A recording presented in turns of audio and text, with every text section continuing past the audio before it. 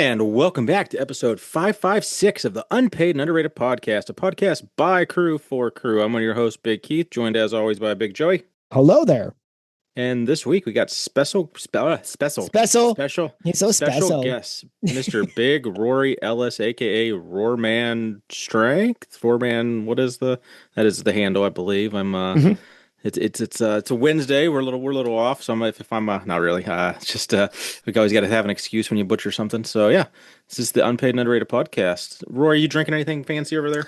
I sure am. My wife got me this beautiful new zero sugar Mountain Dew Baja Cabo tropical citrus punch. Wow, that is so many words. It's so many words. That's the best part about it. And it's got a nice beautiful can, and I actually have a backup because I drink quite a few, so I got a backup on lock in the Massonomics koozie. Of course, all my drink spotter lights are in the shop, attached to a rack, as they should be. That's a good location for them. I have nothing special, just Waterloo. I'm gonna have to go find something this weekend. I think I got like 2 cans left, so tune in next week to see what I'm drinking. Oh, and both of them are actually on, of course, the drink spotter. Or not drink spotter, but the coasters. Oh, yeah. Both of them. Table and table spotter. I don't even need it because it's in the koozie, but I got them, so why not? Can't be too careful. Absolutely. Right? Drinking anything good there, Joey? Hose water. Nice. Yeah. I spilled all my hose water, so I had to get a that's always good. I didn't have my hose in my hose was not safetied in a drink spotter as well, so it's just pouring out somewhere. I posted the clip of them. I shared it into my stories of them going off about drinking from the hose. And my one friend responds, yeah, then you turn it on and drink from it. There's an earwig in it. You get an earwig in your mouth. And I was like, yeah, that's what it used to be, a proper country. Proper freaking country. That's right. Yeah, mine has carbonated water, but I actually distilled it and I got out all the water. And then I put hose water into it and recarbonated it for this special occasion. Of course, naturally. I tagged one of my one of my non-Massonomics friends in the post, and he was I think his response was something to the extent of, "Well, yeah, Keith, this is America." And I was like, without even knowing, he was like digging. He was feeding into the "we used to be a proper country" bit essentially. So I got a kick out of that. And our kids played outside before we paved it all. Yeah. Yeah. I'm rocking the Massonomics logo shirt. I'm still a fan. Just glad that it's here. Is that the OG shirt? Yeah. Okay, so I posted in the Discord that I wish my entire wardrobe was that shirt, and you hit it with a question mark. No, yeah, I go. Yeah. That's what I thought. That's what I assumed you meant, but well, I just want to clarify. Everyone calls something else different because, like, half people wouldn't. If you say Weekend Warrior, like 80% of the current crew wouldn't know what that means. I said the OG logo shirt. It's just because it's so simple. No, OG logo, I would have been like immediately known, but you just say an OG, like leaves a little bit of. Mm-hmm. But OG logo clearly is this. Okay, yeah. I was 99% I thought you were like, sure "Are you sure, Joey, about that shirt?" And I was like, "Yes, I love that." No. It was more of a. Which shirt are you talking? When you have 700 shirts, which one is the OG? Correct. It is a good logo. Yeah. I'm a sucker for a good logo, so I miss that. It's such a simple shirt. It's clean. There's no questions. Nope. Nobody comes up to you and is like, "What does that mean?" Like it's an M with Massonomics. M stands for Massonomics. Leave me alone. Yep. Yeah, it definitely is a very understated shirt. Yeah, for sure. I used to draw logos from metal bands in like high school, and the bands I played in, I always drew the logo for. And that's back in the day. I had to like scan it in like an actual scanner, and I didn't have any kind of digital art background by any means. But I'm always appreciative of a good logo. Like I can't stand like companies like Rapper Rogue, although they're good companies. Like they just use a generic font that everyone else uses. Like you see the font on any other, laundromat or whatever. It's like get a little creative. Mm-hmm. Pay someone $20 to draw you a cool logo. And I would imagine Tommy did this, but I mean, it's brilliant. It's great. Yeah. That's like the origin story of simple, clean, the Massonomics. The Massonomics is the Massonomics logo. I think they should bring back the Massonomics. I like the but I think you have to say the. I think it's the Massonomics. I wonder if that's is that regional? Because like I don't know that I've ever said the. Well, I don't because know. that makes it a singular, right? Like Yeah, the I don't Massonomics know. is it's the yeah, Massonomics. The Massonomics means there's no other yeah. Massonomics. There's none. Hmm. Yeah, it's an The inflection type of thing. Yep. But mm. speaking of logos, let's never forget that James Cameron used papyrus for Avatar. I am rocking the Silly Goose barbell shirt because it was on the bed when I walked in the room. Yeah. Nice. And which color property of Massonomics shirt are you wearing? They've got Rory. They've got so many different This colors. I can't keep this is track the of them. new sand, I believe. This is the I sand see. one. I see. I just got this in today along with my unpaid underrated shirt. I did see However, that. the unpaid and underrated shirt was a large, and it's not the comfort colors like the Oh looser no. fit. So it's pretty tight. It was a little uncomfortable. So I might have to Yeah. cut the sleeves off and It can alter it a little bit. it can lose the sleeves for I mean, Yeah, sure. I'll lose the sleeves. that's just good to hear though. As far as that, meaning we can't even use the joke. There's three spots left because there is literally not Yeah, three. I think there's two. As of this morning on February 4th, Tanner said there was an extra small and a small. I think yeah. maybe an extra small and a medium, something to that extent. So that was just wild because I think they bought 100 of those. I don't know. I guess a year and a half ago now, I think, right? Our shirts, well, they weren't this summer. They were last summer, if I recall. No, it had to be, yeah. So Mhm. 18 months to sell 100 shirts, like not the best, Yes, but yeah, that's still good though. pretty dang cool considering, like, how many listeners do we have? Like, to sell 100 shirts out. Like, I'm very stoked with that. The thing I think about t-shirts and merchandise in general, it's like I don't make a lot of profit. I have shirts for the company and I don't make a lot of profit on them because I do like print to order. So you have to basically it's made by a company, it's shipped from that company. So my Yep. margins are very small, but to me, that's so cool that someone wants to wear my logo. Like Hmm. that to me is just so cool. Like it's almost cooler than buying like the equipment because the equipment, like you're going to use it and you have an ulterior motive because you want to get jacked or whatever it might be. But the shirt, it's just like, hey, I like the logo, I appreciate it, and I want to represent that.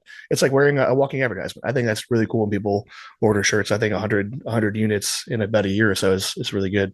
Yeah, we're And stoked with it. and Yeah, the first time I walked into the airport in Minneapolis, and all the crew were messaging, and they're like, "Oh, we're here, we're here, we're here," and they all showed up in the unpaid and underrated shirt, and I was the only one not wearing it. That is pretty funny. Yeah, and then somebody was like, what shirt do I wear when traveling? And the response they got was, "You wear the red U and U shirt when you're traveling yeah, to Aberdeen, right? Because that lets people know you're really crew, really or crew. as Yeah, we call it, Crüminati. yeah, Like you're like on the inside of the crew." uh-huh. Yeah, that does mean a lot. So No, two that's spots cool. left. I think Katie's going to pick up that small and probably cut the Yeah, she was sleeves talking off. about that. Yeah. Yeah, So I think we'll see how that. she'd be silly not to. But anyone listening, if it's still winter, you do still have a chance. It should be the link is in our bio. Our link is in our stories to pick up the hoodie, the sweatshirt, or the crew neck hoodie It for the comes in a UNU logo. hoodie now. Yeah, it's first time ever. It was not available from day one in a hoodie. But we also, Rory, we also do a direct to consumer, but our buddies ended up doing it. So like, well, we were essentially hands off. I was just like, here's the logo if Yeah. you want to make a shirt, and then Hmm. like three people bought it because that's all we thought we were gonna do it. And Hmm. then like I'm pretty sure to date in the last like 2 months we've sold like 40 Oh, that's hoodies awesome. That's for great. so. But and we even set that up to where it's like it's I'm not gonna try to like nickel and dime and get like $3 from my buddies or whatever, just for the sense Yeah. of like I'd rather, like you were saying, in our instance, I'd rather have more people have the shirt because when I saw a bunch of them in South Dakota this winter, I was like, oh, okay, that's pretty cool. That's Yeah. worth not getting any profit to see like seven dudes wearing our shirt. So Oh, for sure. that Yeah. was essentially that. Well, last week we forgot to talk about Big and Nod's gym. Joey, did you have a chance to watch that last week? I think as soon as we got done recording, you told me, "Oh, damn it, we forgot to talk Yeah, about that." And I actually because watched it. I actually did. Yeah. It was a week ago, so I don't remember much, but I remember Voltras and Tanner trying the squat Yep. machine thing. Spot That's Max. really yeah, that's about all I remember from that one. I did not get a chance to watch today's. No, it comes out It's tomorrow. tomorrow's. Yep. So we can't even give you a hard time about that Yeah, because it does. The one negative about having to go a day early is we would have had a chance to watch Rory's episode the same day it came out and Oh yeah. recorded with him, but we're just a little ahead of schedule. So, do you want? Well, basically, you were there, Rory. So you Yeah. want to give us a few minute spiel on meeting the boys and how you think your video is going to turn out? Yeah, for sure. I'm always curious. I've actually been fortunate enough to be on I think I've had 3 home gym tours of every gym. So I actually have like a documented status of like each one of my versions of the gym. So the first one That's was awesome. Big Coach Carp did the Yep. first one, and I think that was one of his best performing videos of last year. Mhm. That's my first home gym, and then Coop, of course, from Garage and Reviews did the second gym when my slab was only here, and then of course Massonomics guys just came, and Tommy Tanner, came by, and super fun. They definitely have their structure down to a science. I think people think that they just go in there and kind of wing it, but they have it game planned ahead of time, and everything was really smooth and efficient and just good dudes. And then of course, I think they told the story on one of the podcasts, like they were leaving. And I totally forgot that I wrote that song. We used to be a proper freaking country. I actually genuinely forgot. I wrote it like a week before. Just thought it'd be funny, and I was like, "Hey guys, I got a song I want to play real quick." And I'm sure they're probably weirded out. Like, what is this guy talking about? He's gonna play us a song in his house. This is weird. And sure enough, Gabe played it, and then they like, we got to record this. So Tommy ran out, got the camera, and recorded it, and that's the original video that you guys saw. But yeah, it was fun. It was a good walkthrough. Um, they touch on things that a lot of people don't necessarily look for or look at it in gym, because they're looking for obviously the little nuggets that other gyms don't have necessarily. But I was pretty impressed by Tanner's bar recognition. He's definitely got Yeah, that. Definitely got he that is down. known for that. He is a I think. shaft connoisseur for He's sure. a, Yeah. he's a bar savant for Yeah. sure. He's had his hands on a lot of shafts, I'm Oh sure. yeah, that's what we call him. I know we'll get more to it when we get the guest on the horn. But how funny would it have been if you pulled him in and played Wonderwall? Guys, I just have a song I want to play for you real quick, and then you just start playing Wonderwall. That would have been classic. Oh, That would be a funny. good Rick roll for sure. That'd be All great. right. Well, everyone, give that a watch. Watch it probably. I'll probably end up saving it for Friday because I still got to work tomorrow. But watch it'll it 4 be- days ago after this releases. yes, Yep, correct. that one. Yes, future times, a flat circle, etc. It's one day we'll figure out how time works. Quick little update. So I did sign up for Static Monsters. I had a really good training session. So I ended up hitting like a 30-pound PR on my 18-inch deadlift at 485, and then hit it was like a 2.5-pound log PR, but it's been so 205. But I've been stuck at like 2.5 Oh, yeah. or like 202 pounds for fucking Yep. for freaking 6 months. So finally getting that a weight that I even missed it 2 or 3 times that day, and then like took 10 minutes, came back, and smoked it, which is I love frustrating when it's like, why didn't it go up a half hour ago when I first like Yep. 20 minutes ago? I could have already been onto my accessories, and I I just call had that a redemption rep. yeah, I was very happy to get that. You weren't mad That's enough. awesome. So I got my show on the 21st. So I'll probably do one more update and then probably a brief recap here in a few weeks and see how that goes. But it'll be my first strongman show at 26, and then I'm already like eyeing a couple others, but I'm like, I really probably should just keep it to that one and then lift hard. But we'll see. Yeah, that's awesome. Did you see the big news about Brian Shaw bringing Evolution Athletics to Home Gym Con? Yeah, I I'm did. excited. What do you think of that? We didn't talk about that last week, right? No. Okay, so what's anyone's thoughts on that? I'm super excited. I'm disappointed that I'm not going to be competing. So last year I competed in the strongman throwdown and ran the booth, but this year it was wild. It was not a good idea. It definitely hindered my performance. I got third overall, which still I haven't not podiumed in all the strongman events I've done, but Nice. It was disappointing because I should have done better. But that's neither here nor there. It was just a lot, like having to try to listen, and they didn't have like megaphones. So I was like, my booth was the best position you could have been in for. Yeah, you were like 70, you're like 150 feet from it or something, but like a direct shot. It was direct shot, so I could see the whole thing. And even still, I did 4 out of 5 events. I think there's 5 events. Like 4 out of 5 of them were completely cold. Like I did the deadlift ladder completely cold, 0 warm ups on everything, because like I was with potential customers, people talking to the booth, and just missed the opportunity to warm up. So I will not be doing that. I do have a booth at Home Gym Con that's right around the corner from Tanner and Tommy. I could probably throw a drink spotter at them from where we're at. So it's on the opposite side of the convention hall this time around, but I'm very excited to see Brian Shaw. I've never met him in person, but I've seen him at the Nashville Fit Expo, and he's just a massive human being. And I'm not a huge tall person, so I really want to get just one of those comically the comical pictures next to him, like where Yeah. have you seen the one he's holding a it's Derek Lunsford, some 212 bodybuilder, he's holding up his arm, and it's the dude just looks like he's literally half of him. Oh yeah. Sean I Clarita, remember that's that. it. Sean Clarita. There's Yeah, a I picture if remember you type that. in That Sean was a few years Clarita and ago. Brian Shaw, yeah, he's holding his hand, but he's like holding a toddler's hand. Sean Clarita, he's like 5'2", and Brian Shaw's of course like 6'9" or whatever he is. Yeah. Yeah. But yeah, that'd be cool. Evolution. I liked what you said in your last podcast, I believe. You mentioned the fact that like the Cerberus stuff is just so gaudy. Because I really Hmm. I don't like the three dog thing. It's just so Yeah. cheesy. It is I weird, can't. right? And it I wouldn't be as don't. bad if it Yeah. was like black on like because I have a black on black shirt that I won in like a giveaway, and I was like, I'm okay with that. Like it's Yeah. pretty mild, but the black and red is just so in your face, and it's like Yeah. it's what everyone buys. At least the black and white. I don't love his logo, but it's a little more tame.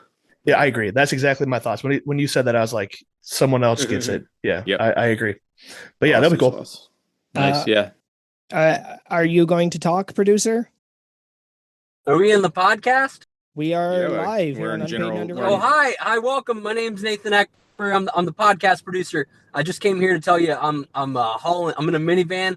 I'm hauling a Texas deadlift bar I just picked Yes, up on you Atta did get boy. it. I'm so off glad of you Facebook offered to Marketplace deal of the week. I thought I could hang with my boys. I just wanted to make sure you guys had that on your radar that I was picking up some gym equipment. So, all right, I'll let Love you it. guys get back Bringing to it. I it didn't in loud and realize you clear. already started. Oh,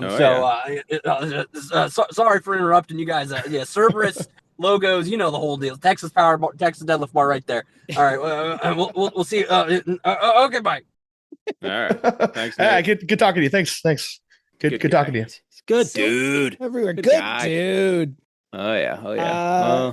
I do have one piece of news before you get into all the other Yeah. stuff. This Saturday, Big Steve and Big Anastasia, for a fellow crew from here in my city, are going to be joining Rebecca Innes at the IHFG stone lifting party on Saturday. So I'll give you an update next week.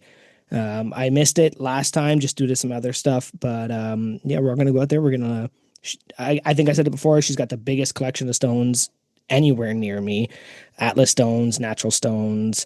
She's like the stone keeper. She's got a podcast called The Stone Table where she interviews natural stone lifters and things like that. And I'm pretty excited. She invited me to, so I really want to go out there, and I'll be rapping Unpaid and Underrated when I go, of course. Yeah. So, yep, we're going to go out there and lift some rocks, which is That's like my awesome. second favorite thing in the world. Yeah, that's awesome. I went out to a country and western bar this weekend. I think it might have been the first time I've ever been to a quote unquote country and western bar, or at least like at night and like line dancing and everything. It was a unique experience, and being one of the few sober people in the group too made it a little like I had like 2 beers over like 3 hours. So one of our strongman buddies is he's like the lead singer in a local band. And so he was going to be on. And he's been doing concerts for the last couple years since I've known him. But all his concerts have been an hour away or more. And like yeah, you're my boy, but like you ain't my hour away boy. So it's when this one was 15 minutes down the road, I was like, I can do that. Like and it's country, and I can do that. So Yeah, you couldn't afford not to. Yeah, I went out and had a couple beers, got a burger, and just watched him play country music. It was mostly a lot of covers with some of his own stuff too. It was really cool. But then our friend Chris Mark, a friend of the podcast, he just couldn't. He was so enamored by enamored by the word. He was confused by line dancing. At one point, we were out there on the stage towards the very end, and he got so embarrassed he kind of ran off. But it was so I did like about 90 seconds of line dancing, not knowing what it was probably more like 30 seconds, but it felt like 90 because it was just like every time you keep looking, you're like going the wrong way, and it's like, oh, I don't know where's that person I was supposed to look at and follow. So. Line dancing is a very strange art, if you want to. It's a very strange form of like you just all standing in a row and doing the same moves, and there's always the two or three people that like really like to show off how good they are, make you feel bad about yourself and your lack of rhythm. Yeah, no, I've played quite a few honky tonks in my day, and it's a weird thing. It was interesting. Where did line dancing start? Like I wanna blame Billy Ray Cyrus. I wanna blame Achy Breaky Heart. No, yeah. I'm sure it was. It had to have been like. I'm sure Tommy knows the history. Well, I mean, Big line history dancing guy. was. Yeah. Didn't they line Huge. dance in Urban Cowboy? I know that predates Billy Ray Cyrus by 20 years. Or at least I couldn't 15 years. tell you. I couldn't. I'm trying to remember. I'm still going to blame Billy Ray Cyrus and Achy Breaky Heart. I like it. I think That line checks out. dancing's been around for decades longer than Billy Ray Cyrus, but I could How be wrong. dare you take this from me? Yeah. It's a blend, Um, a blend of European folk dances, African rhythms, and American country Western culture from the 17th century. There we go, a little history lesson for you Wow. guys. or 1992 with Billy Ray Cyrus. Yeah, Whichever. yeah. Wow. Potato, Potato, the, Yeah. whichever. Tomato. I always thought it was potato. Oh, well, that would be different. That'd be like apples and oranges versus, Yeah. two similars. I like potato. The future drop they're teasing. They definitely said it was something from the vault, so keep your eyes out on that. I don't know when that drop's coming, but I think sometime in March or maybe even no, I think they maybe said February. Squat We'll see silkies. Bring me the squats of silkies. I actually, you know what? Because someone was asking about, because it was Big Joe was asking about the squat shorts that are sweatpants, like 2.0s, I believe, and then Tanner said it basically wasn't that, but I don't know. I caught that Tanner may have been inferring that it is a lower body garment. So I think it's going to be some kind of pants. What's the term when it's joggers Sweats? of some sort? Joggers. Yeah, I think that might be it, which is also kind of like probably a no for me because being 5'8", it's like it's so hard to get pants that are big enough around the stomach and not 17 feet too long. So maybe. But the joggers at least taper so where they can still kind of be long and not be a big deal. So keep an eye out for that. Did you see that damn picture my buddy sent me of my face is on the door. I don't care what anyone says. The impression of my face is literally in that door. Not artificial intelligence. It's like, I mean, and you can say it's it anybody looked like you were wearing makeup and ran really hard into the door. But I'm like, dude. And the best part about that were like probably half dozen. I mean, there are probably more than that, but there was like a half dozen good ones of like people memeing that. And I've just been running with that. And then so one of the few things I actually posted that to Facebook also. And then I've been going in the comments and like every time someone shares another thing in Discord, I've been adding those to the comments just so there's like an historical log of all these memes. So like, because my mom's getting a kick out of it too, because she doesn't have Instagram, so you can only see shit I put on Facebook. So I've just been having a great time with that, and there's been a couple guys that have just been going out of their way to put some high effort memes into it. So granted, AI memes, but still, like you have to. It's hard to still get like everybody we like to crap on AI a lot, but like it doesn't just. You don't just magically know the prompt to make it make something funny. Like there's definitely some back and forth there to get it.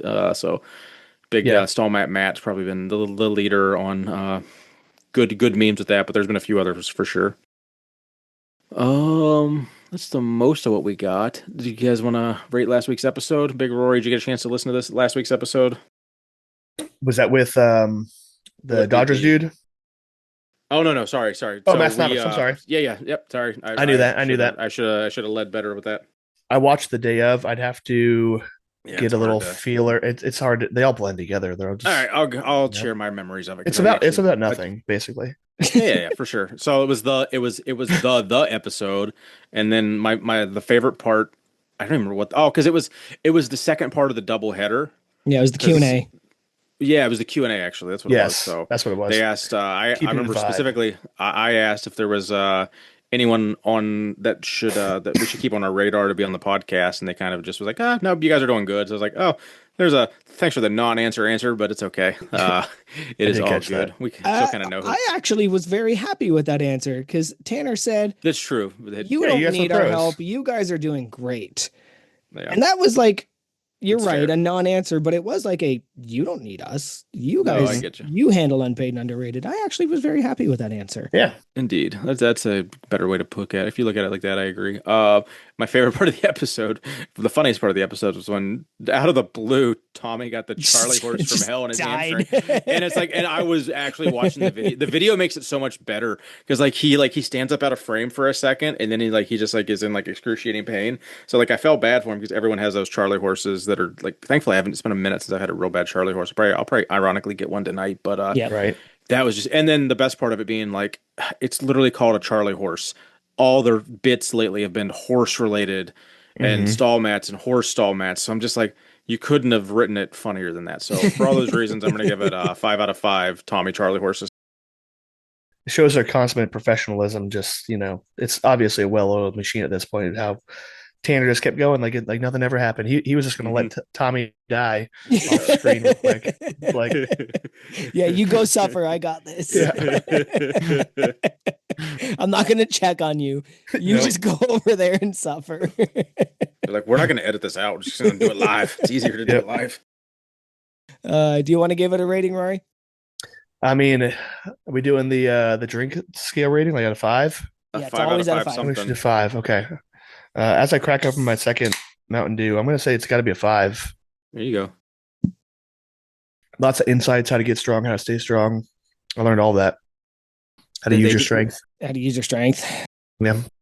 Oh man, I'm still listening to the backlog, and I just can't wait to start hearing that entrance again. Yeah, the Charlie horse thing was very funny. The stuff, and then just like listening to them not remember anything from the Facebook movie was also very funny. They didn't even remember who the main character was. I think it was what's his? No, I don't even remember it now. They said Dang it. Justin Timberlake. They said Justin Timberlake. Yeah, but he wasn't the main guy. The He other wasn't the guy main guy. was. He did have a. Yeah. I was like Sorry, yelling at this. I was like, no, it's this. And now I don't remember. Man, podcasting is hard. Napster. Yeah, I don't remember yesterday. Podcasting is hard. I'm going to give that 5 out of 5. Justin Timberlake, Rock Your Bodies. Mm. Yep. All right. Do you have any affiliates you want to hit us with, Joey? As always, hypedust.com with Obsidian Ammonia. Breaking news, duty free if you're ordering from the States now. So he got that clearance, which is awesome of him. Oh, nice. Cool. Yep. Plate snacks as well, code unpaid, and belt fed strength, code unpaid. You want to order anything from any of those guys. I've always said sometimes we get kickbacks, sometimes we don't. The coolest thing is it lets them know that you are paying attention to us. And that always bumps us up on their radar, and they'll continue to give us cool stuff for you. It helps when the affiliates are actually products you like too. Like the Obsidian stuff is great. Chris of Belts Fed, the products are fantastic. I think about that a lot because people, the main joke is Joey's an influencer, but like I don't have an affiliate for anything I don't use. Yeah. Right. Like my Barefoot affiliate, Obsidian affiliate. If it is something that I get an affiliate for and I don't use, I take it down. Mm-hmm. The company, that's how it should be. The company rubs me the wrong way, even the slightest, I take it down. Yeah. Right. So like, there's always that breaking news. We are no longer sponsored by Massonomics. We never will. No, I don't know. I just thought it was you're right. It is when they're good companies, and a lot of them I've never reached out to, right? Some of them have reached out to me. I've reached out to them. Same with Unpaid and Underrated.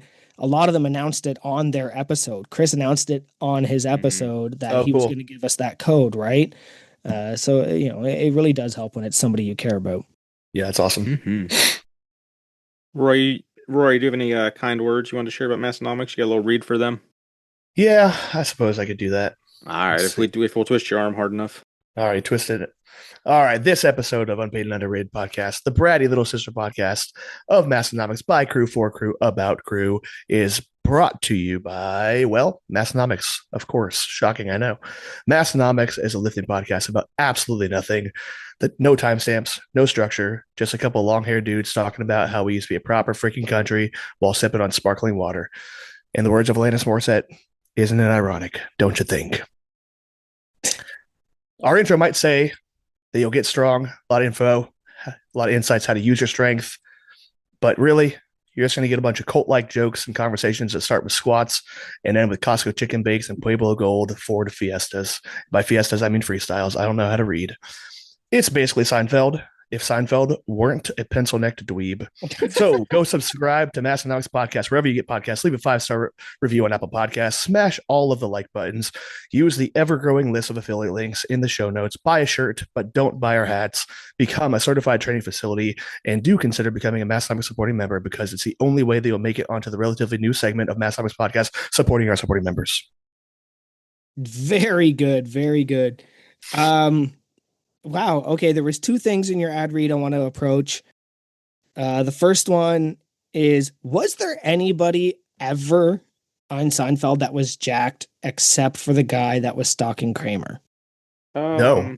No, Elaine's who was Elaine's boyfriend? Putty. For Putty. Putty was not a small dude. No, he's just a Is that large like dude. real? I Is don't that think real he was actor? Or is jacked. He's just a semi-jacked? large dude. But also, like, was anyone on TV jacked in the early '90s? Like, that was there like there was no Arnold muscle Schwarzenegger, I was gonna say Arnold. Sylvester But I meant, like, Stallone, Like the '90s were all I the meant, like, jacked TV. people. But, like, TV, yeah, maybe not. Stephen Urkel. like whereas like everyone has like every TV actor now has like a six pack. Like Yeah, They're there they're like a dad in a sitcom and they're jacked for no reason. yeah. Well, there was an episode about this. I don't know. I couldn't tell you the episode, but like where they talk about the people that were jacked on TV, but they're actually not jacked. Oh, they did do about- that. Yeah, they did do that. last And it's couple like, years ago.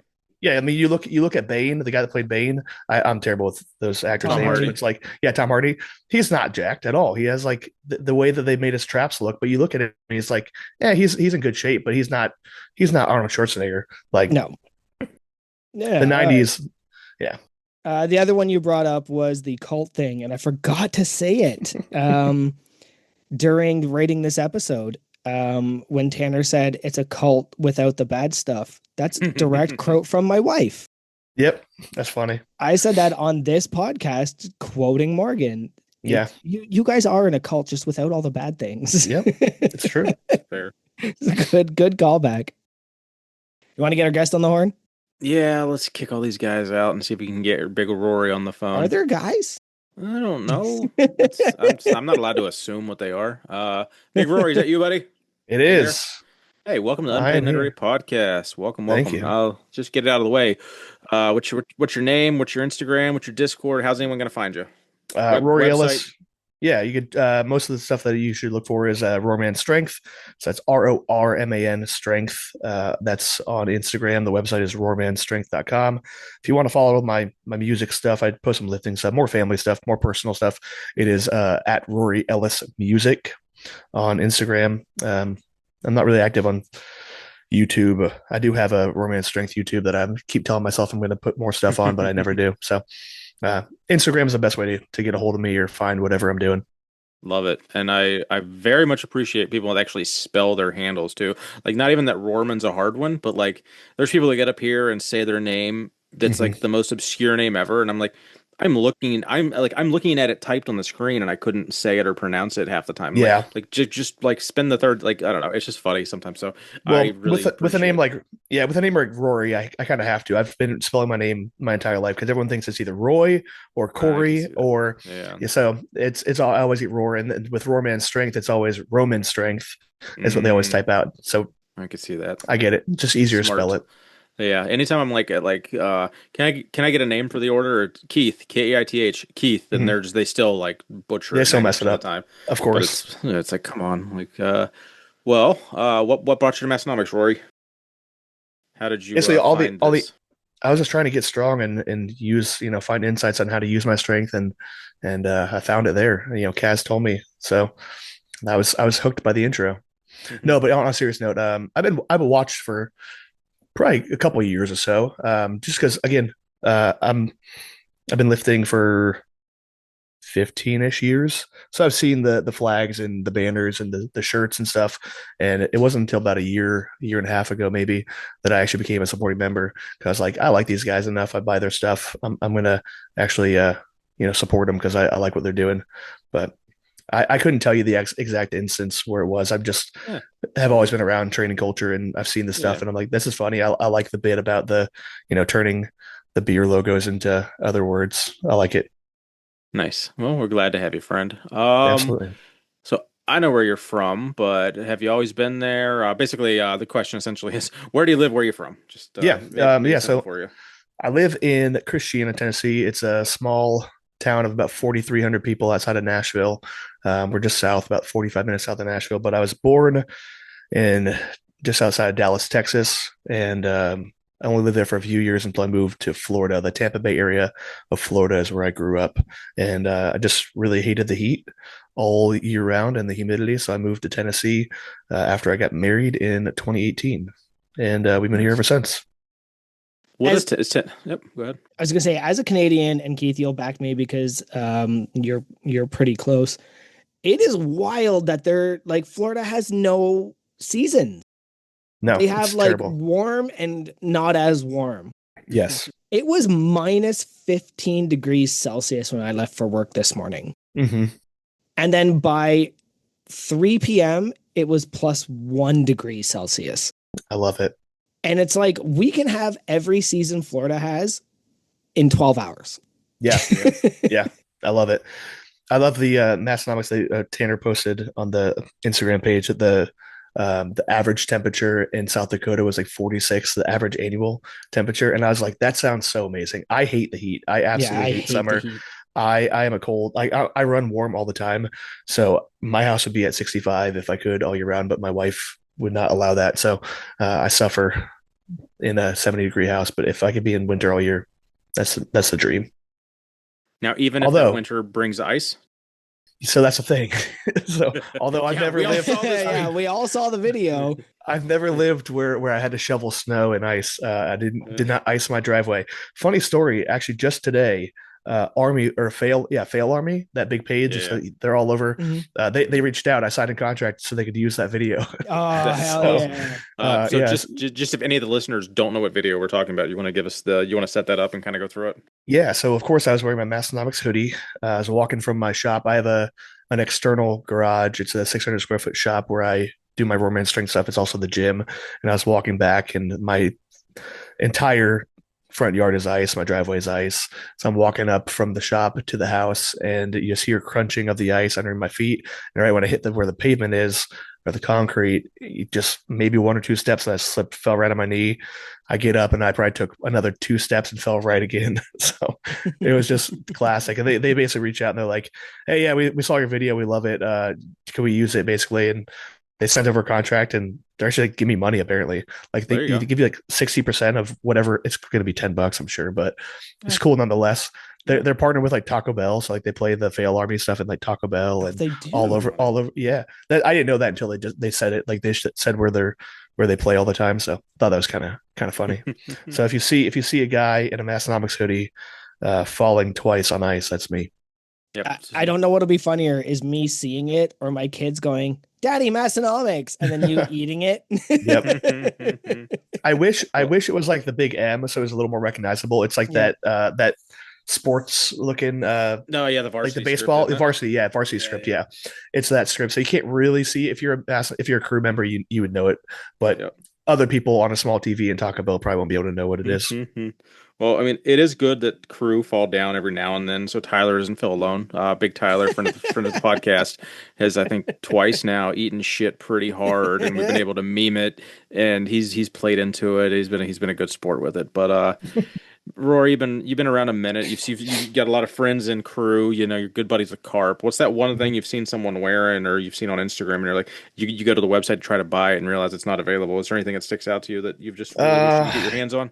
Yeah, well, I thankfully got my hands on it, but there's people that pretend to like Milwaukee when they're Ryobi fanboys or DeWalt like yourself, and they steal up all the XL Bolt t-shirts. I love that. So when they came over to do the video, Tommy or Tanner was wearing that, and it's like that faded red. I think it's called brick on the I think it's brick. Either way, I was like, God, that looks like that's got to be a new shirt. I've never seen it, but I didn't ask, and now I wish. And then of course they released it like a week later, and of course it sold out within like an hour. And I was of course it sold out super fast. So I was very upset about that. But I have mine now. So I do have 2 actually. I just bought a double XL, but because it's the comfort colors, the boxier fit. Yeah, that's got to be. It's like one. It's around the house. It's around the house shirt. So yep. I feel that. I got 2, and I am a Milwaukee guy through and through. It's better than. And I know people are going to say Milwaukee and Ryobi are owned by the same company. I get it; they are technically owned by the same company, but that's it. They're completely different products. I mean, DeWalt owns Black & Decker, and Black & Decker exactly garbage like Ryobi. So like it's it's every parent. I mean, and the other one might even be the parent company. It's just I don't know. Like I'm pretty sure Black & Decker's been around longer than DeWalt, so just longer than we've been alive. I think Black & Decker's been around. Oh yeah, imagine. I mean, we used to be a proper country, and Black & Decker didn't suck. Do you know your Back Hall when of Fame? It was only black. Back then. Yeah, it was only black before. Decker Then joined later. Decker Loser. he ruined the whole thing. That Damn you, stupid Decker. He's such a big deck. Yeah. I don't know my Hall of Fame status. I think it's close to about 8 or so. I have it over in a drawer somewhere. I think it's close to 8. This is a I've won. check. I got the Wow, two. man. I got. Oh, yeah. I got 3 of the hardest ones. I got this one. I won a competition. The easiest one. I won like the Instagram photo competition of the drink spotter one. So I won the red drink spotter. So that was a harder one. And then I also got my voice on the podcast because they played my song. So That's all true. you have to do, it's so easy, guys. All you have to do is write a song, have Mastonomics come over, and then they'll record it and you'll get your voice on the podcast. It's not hard. So we might be. Yep. I forgot that you won the red. So I was gonna say, I think us we're the only three are the only red I drink believe that's spotter so. owners. That are like from the manufacturer red. Because Tanner gave me and Joey those as like gifts. That was a Crew Falls hands us a box and goes, open it and don't show anybody later. And we had to sit on that secret. Yeah, we sat on that for a couple 3 months. months. It was just in the background. I don't hate hearing and knowing the secrets, but it's just like having to keep things from your friends. I'll know about that soon. I got a text from Tanner today about a secret that I have to keep. So mum's the word on that. Yep. There's moles among us. That sounds like. Not me. Someday we'll be able to. Someday all the moles will tell us what's going on. So we talked about we talked about someone's gym earlier a little bit, but Roy, do you have a CTF? You got a certified training facility? I sure do. Nice. What's her name? I'm just gonna call it Daddy's Garage because that's what the girls call it. That's what my girls call it.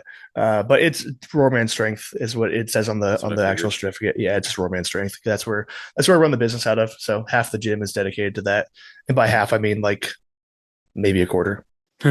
So the last video I would have seen would have been the coops, that was attached. That was like a shed, but now you're in a more of a standalone. You're in a bigger building now, right? Yeah. I think Tommy told me that like you were like literally moving in like shit the same day or the day before, like getting your stuff like fit. Yeah. So Carp did a 3-car garage in our old house. Coop did a 2-car in this house that I'm currently in, but the 2-car, I had the slab poured and done for the building that is now the one that Mastonomics stored. Gotcha. So I've been in there. That'll be completely new to everyone when it comes out tomorrow. Then I've been in there for about a year, but I was finishing the walls and everything. Gotcha. So I put up like shiplap on the walls, and I finished it like the day that they came in. So friend of the Ironic, we're gonna have big Kurt on next week, who's a big was shipped. Okay, I'm thinking of what's the wooden stuff that he does. It's the the cleat, the cleat thing. Okay, that's what I thought. That's what I was French thinking cleat, for a second. French cleat. But so shiplap is just like you have decorative board instead of drywall or just plywood. It was just the cheapest thing. It was like $35 a board. It's like a 4x8 board, so I could cover a lot of ground with like $1,000 versus like getting. I should have done plywood, but it would have cost like $3,000 or something stupid. Mm-hmm. So it was cheap and easy for me to do it because it's like super thin board, so it was easy for me to climb up on a ladder and throw it up myself. So I did everything myself, but it looks fine. As long as the ladder's not on ice, you should be good. Yes, it was not. All right. Well, we had a handful of people submit some stuff for you. Your mom actually gave us probably the most amount of stuff too. So how did you go about? I don't think this is your first. Oh, I know that for a fact because I've listened to the 2 or 3 other podcasts you've done. But when you sent out the questionnaire, were you just kind of generic and said, "Hey, this is for a lifting thing," or how'd you explain what this was for? Yeah, explaining to people what Mastonomics is already hard enough. So explaining to people what this is even harder. So I didn't even attempt to. I just said, hey, I'm going to be on a podcast. Can you fill this out? And they're like, yeah, sure.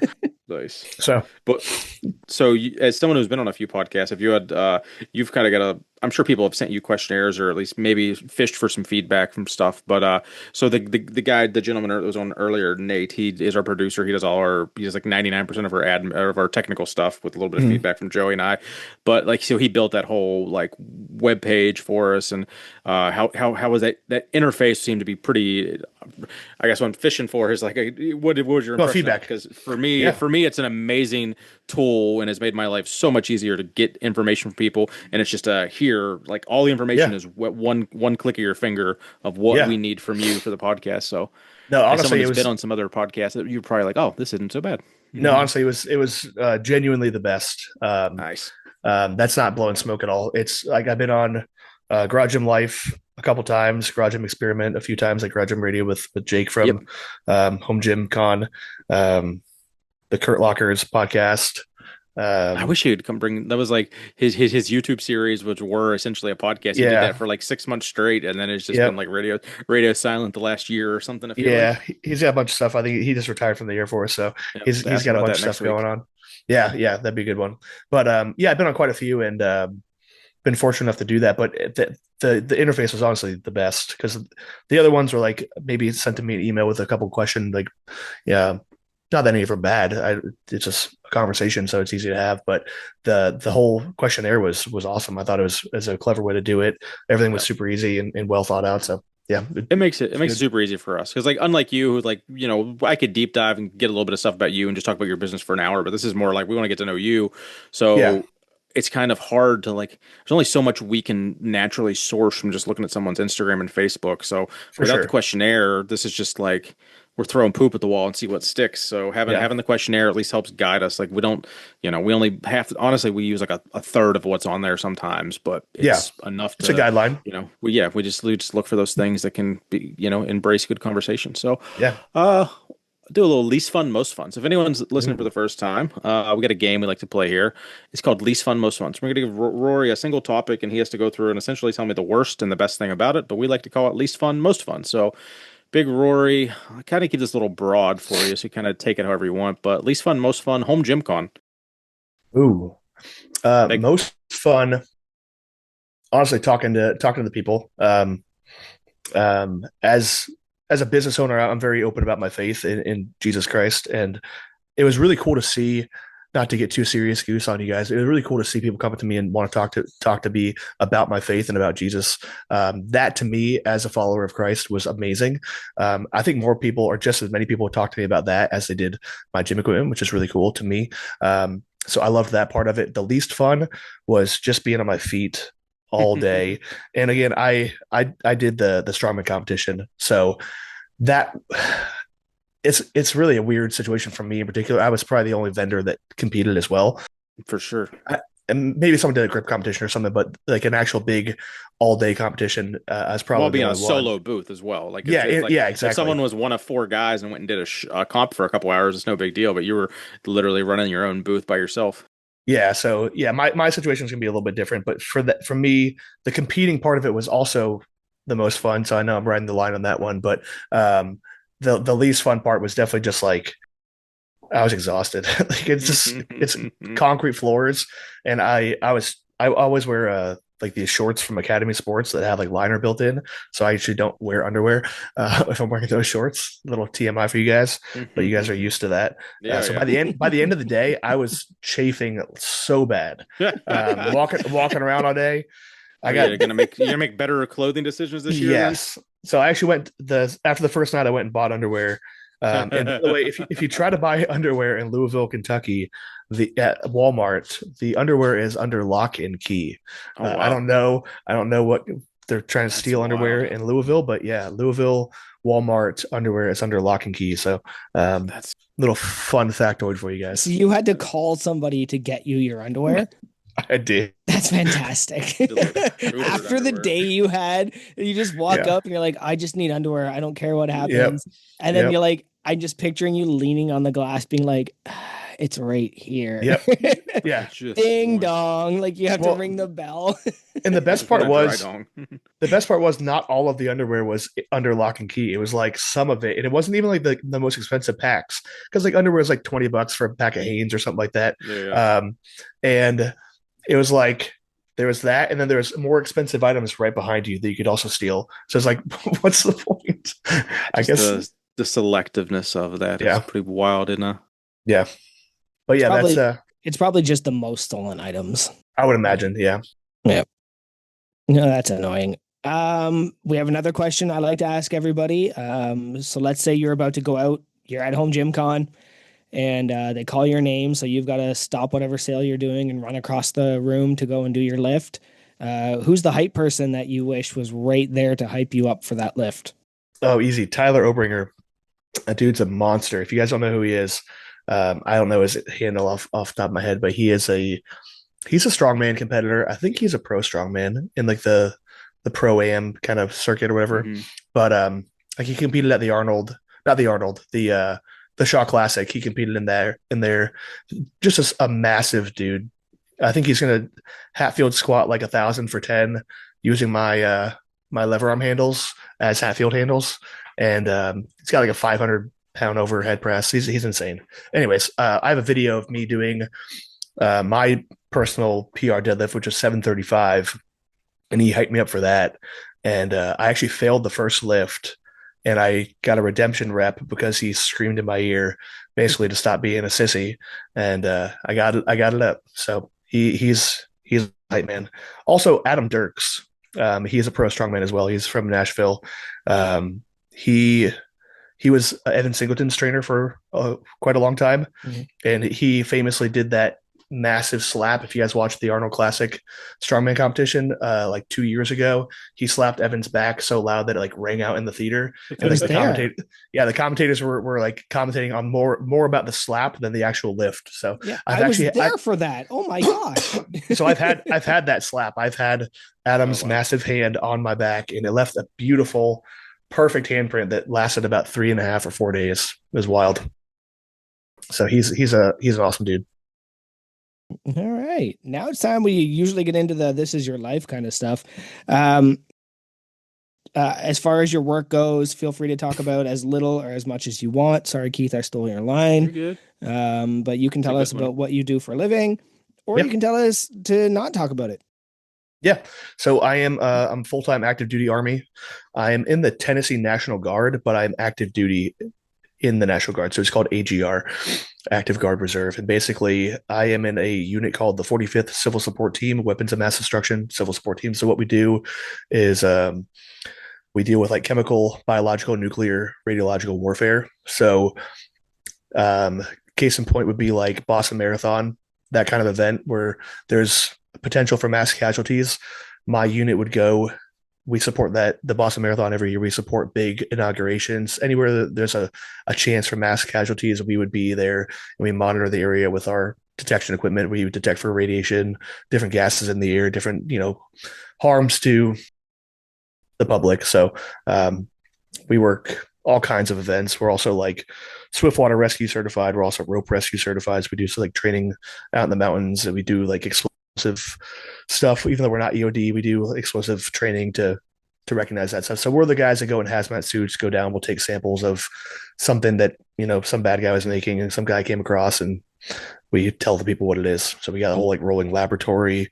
I'm not the laboratory kind of guy. I'm just the guy that goes down in the hazmat suit and takes samples and does the grunt work. But it's fun. It keeps things interesting. Every day is a little bit different, but most of the time, the good thing is we're not doing real world missions all the time, which is a good thing. Most of the stuff we do is just training for the what if kind of thing. So we have a lot of training lanes that are usually a week long. We get to travel quite a bit, do some cool stuff. So it's fun. I like it. Sounds like it'd be a very travel extensive kind of setup. Or like how much travel would you ballpark you're doing a year? Yeah, so the first 3 years there's different courses that you have to go to get certified. It takes you 3 years to get certified. I just hit that a couple years ago. I've almost got about 4 or 5 years into the unit itself. And the first year I was in a hotel room. We the good thing is we get to stay in like Marriott hotels, so it's not too bad. I had 185 hotel stays in a Marriott in the first year. The second year was about the same, 150 nights. So it's slowed down significantly, which is amazing because I have two young daughters and I don't like to be away from them. But the first few years was rough. The first year in particular, I tried to knock out all of my 3-year requirements within the first year, and I did that for the most part. And now the next trip we have, I'm going to San Diego for a radiation backpack class. It's like a radiation detection backpack, basically. I'm going there for a class. It's like a week. So most of the stuff I do nowadays is like a week long, and I might get one of those every 2 or 3 months. Oh, that's not bad. So it's not bad at all. And then, like, as far as deployment, and you probably can't talk. I'm just curious of like how often are you only doing stuff in Tennessee then, or do you get pulled all over the country for the actual deployment itself? Yeah, so the good thing is we're a non-deployable unit in terms of OCONUS, but meaning outside of the United States. But CONUS, we could be deployed anywhere in the United States if needed. The good thing is there's one CST, a civil support team, in every single state. There's two in California and 2 in Florida and 2 in New York, and they're usually spread out. Basically, just population density based. So it's because New York is so big. New York is massive. New York is gigantic. Fair. Yeah. Large. Sorry to interrupt you, but I had to throw that dig in. I mean, it's the Big Apple, I know, Empire State, but yeah. So if something happens in New York, the Massachusetts team or the Maine team or some of the other teams would probably assist first. So we're basically broken into different FEMA regions. So we're in like the southeast region. So if something happened in Georgia, North Carolina, Kentucky, we'd probably help out with a big thing. But like that big train derailment in Ohio a couple of years ago, we were called to like volunteer to have people, but other teams from other states around Ohio were called to that before we were. So Gotcha.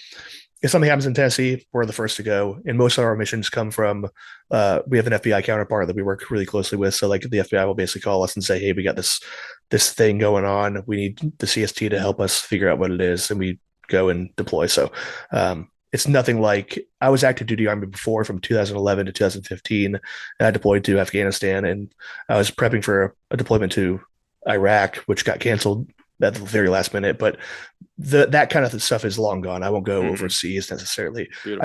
I did go to Bulgaria a couple of years ago with the team for a training mission to train the Bulgarian army and other places over there in what we do. But short of that was just a week long. I'm not deploying for 6 months or a year at a time.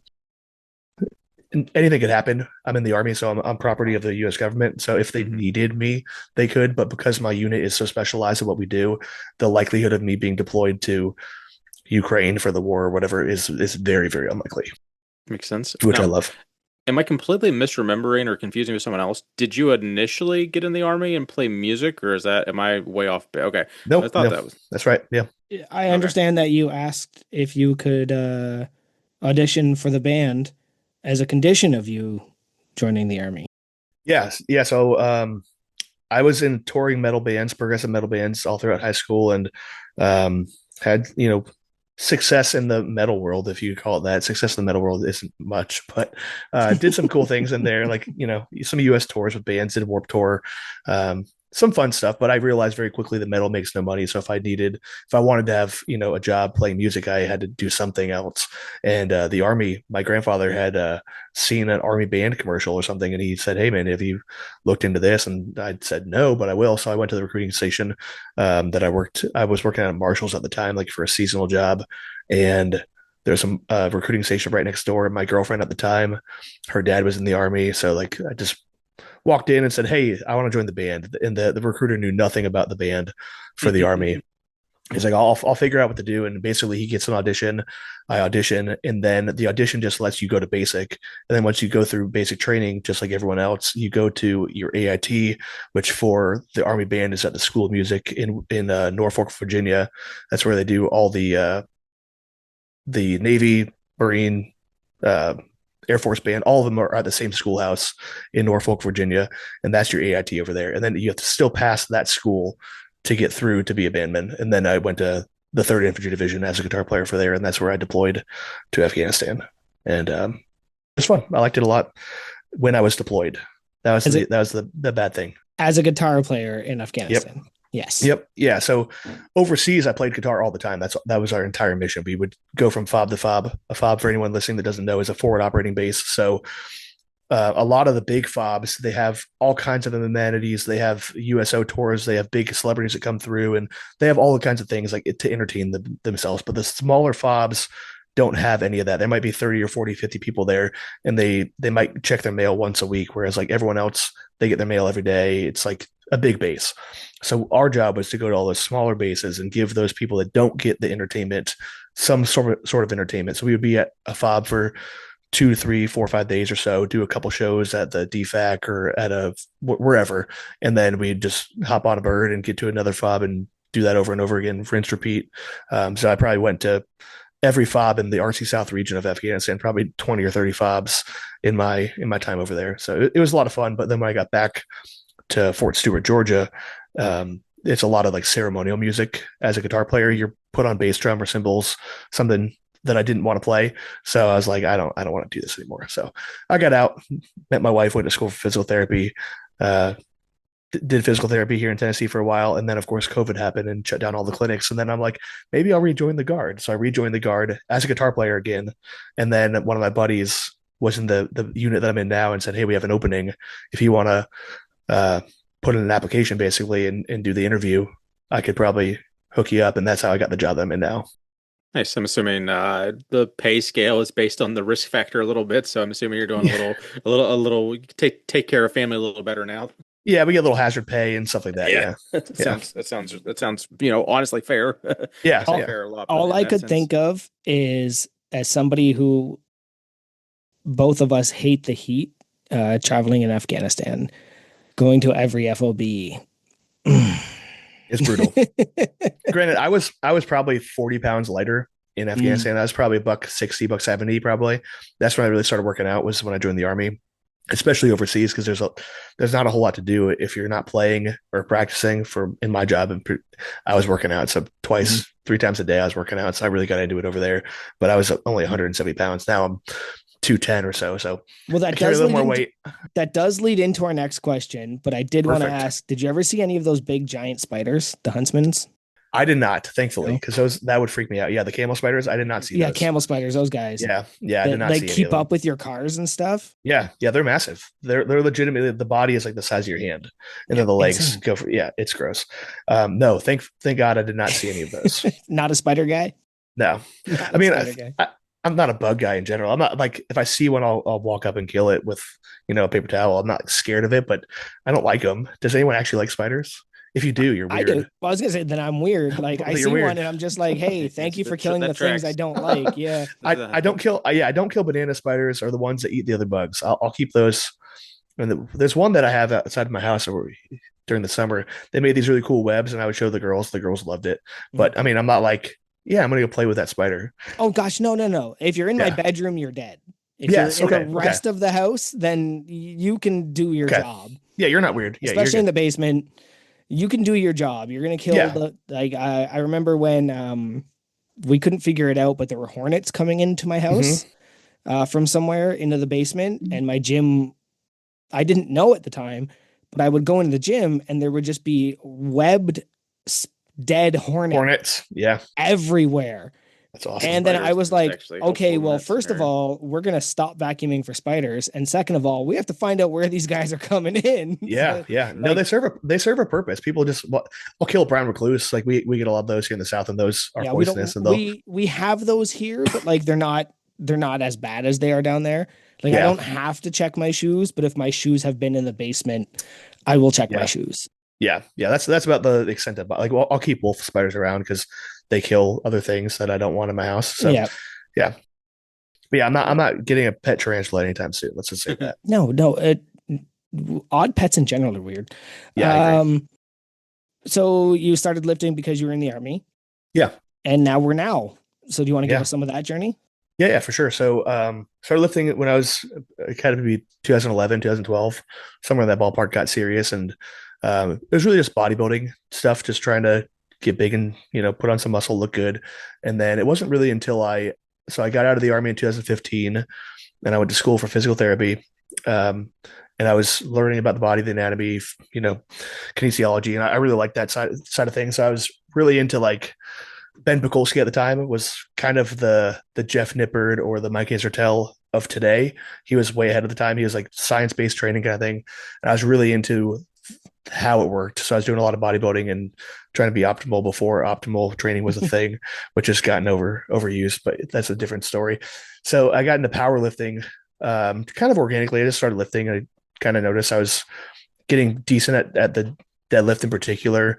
I probably hit 500, I don't know, 8 years ago or so, and it was rough. And I realized quickly, I'm like, this is fun to train for something, because bodybuilding, I actually prepped for like 3 bodybuilding shows and never stepped on a bodybuilding stage. Like I got like lean enough to be on a bodybuilding stage, like a legit 5%. Like I know people say they're lean, but I was a legit shredded.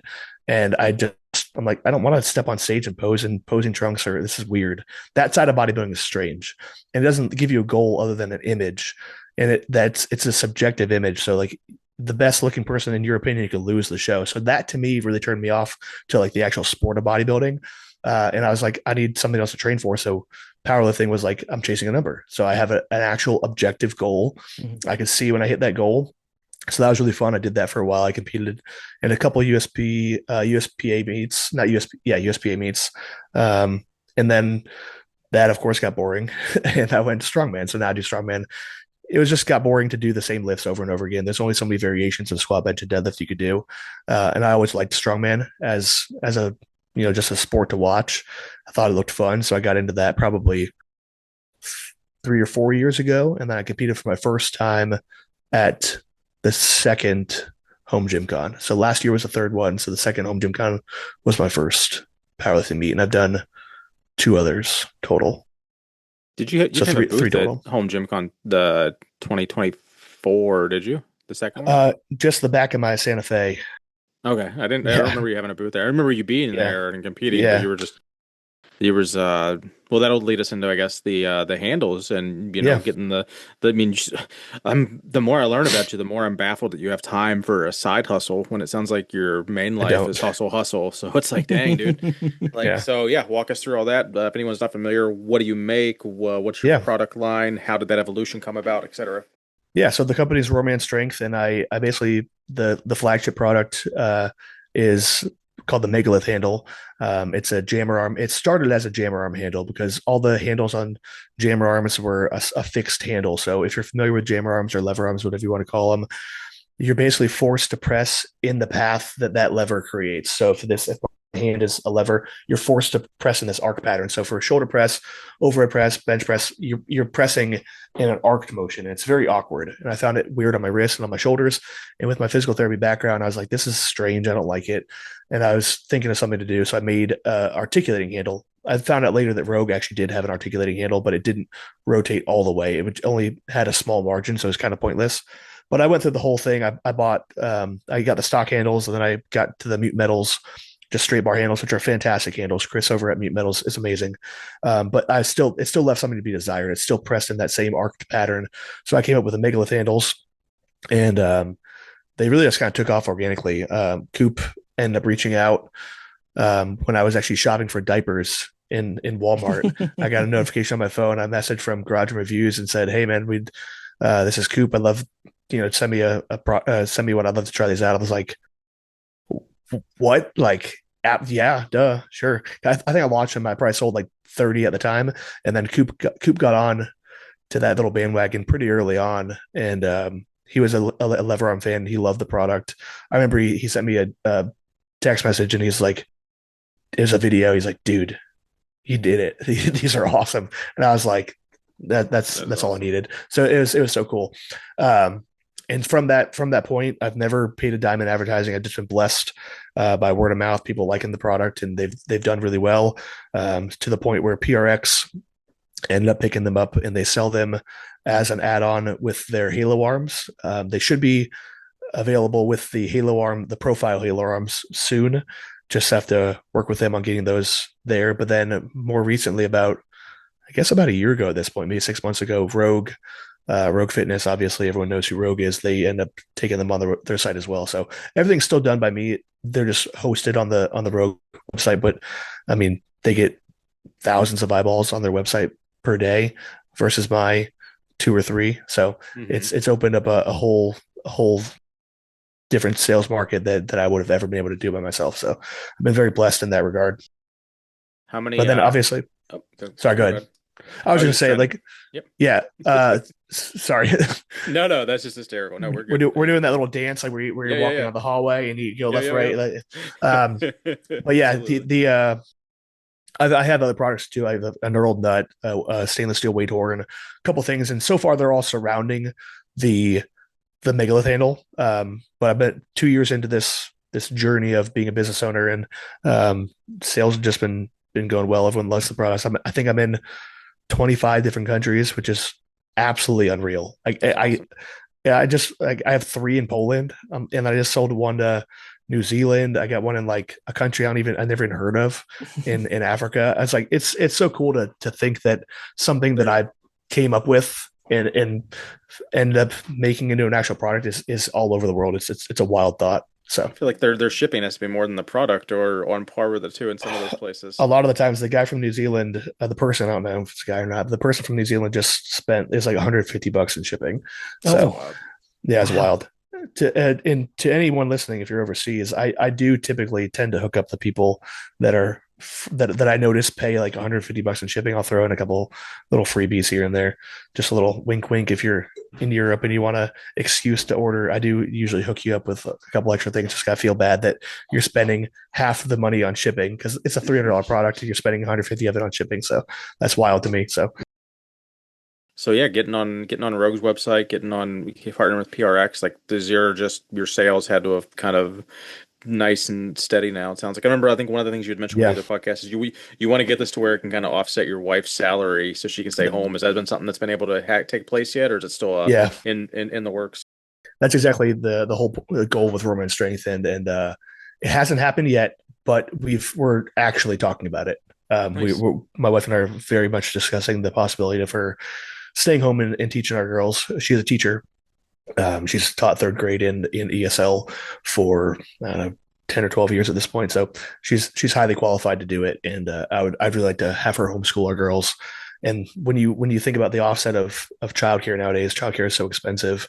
We want to get them into good schools. And it's like at some point it's doable right now, but we'd have to budget a lot. So what we're hoping and praying for is that our girl will go to kindergarten this year.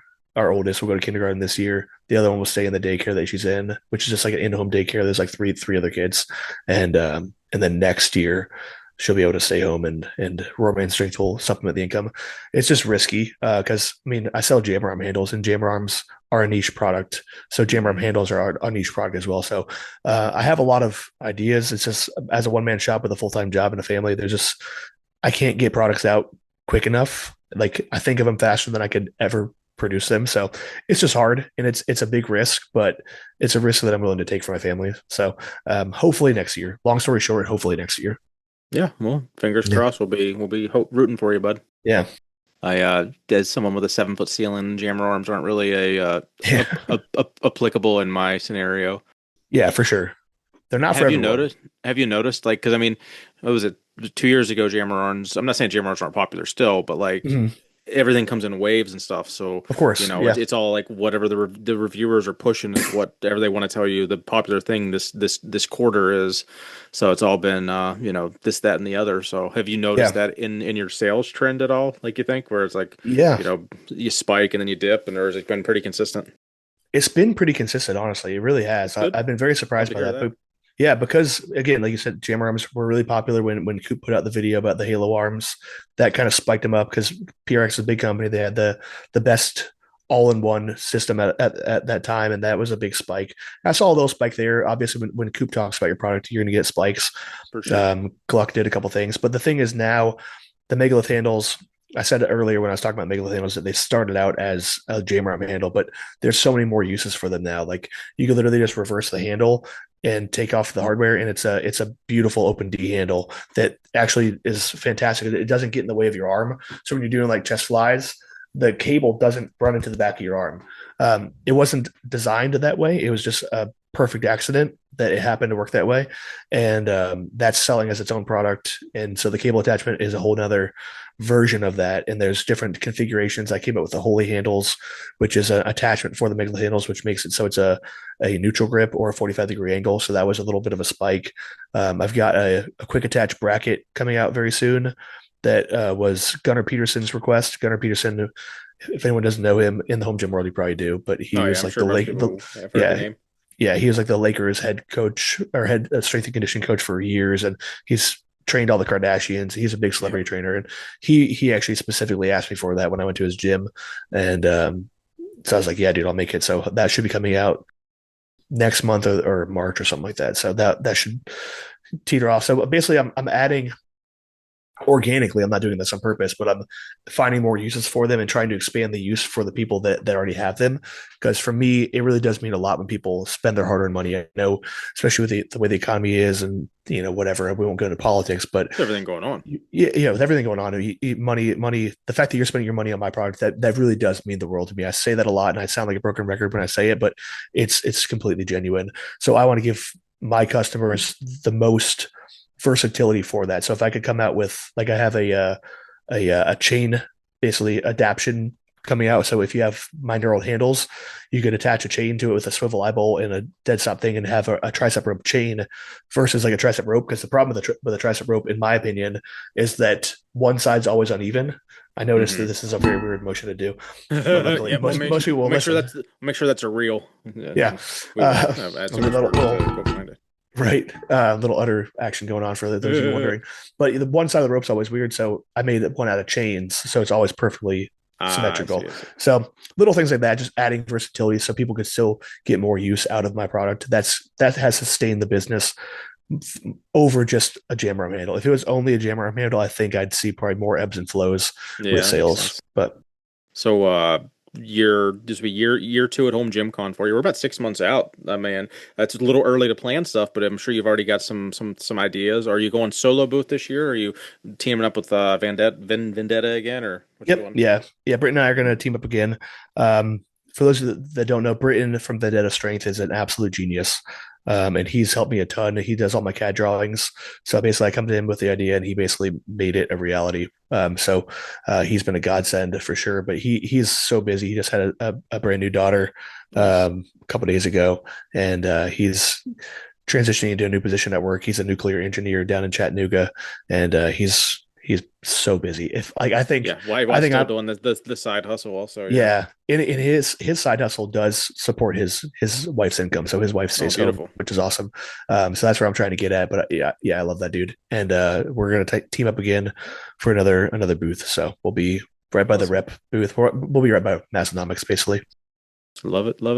Yeah. And you definitely, my favorite thing about your booth was like knowing you were kind of back and forth from doing meet and greet, just walking around seeing the booth, seeing other booths, but then obviously at the Strongman show, you had a little handwritten note, I think, it said, give a sticker, take a sticker, leave a sticker, take a sticker, something to that extent. Yep. And I'm like, that's a good idea, because like anyone that can like have their booth unattended just for a couple minutes, like, because everyone's on the bandwagon of let's give, everyone has their own sticker now. It's like I've been doing it for years. People finally caught up here.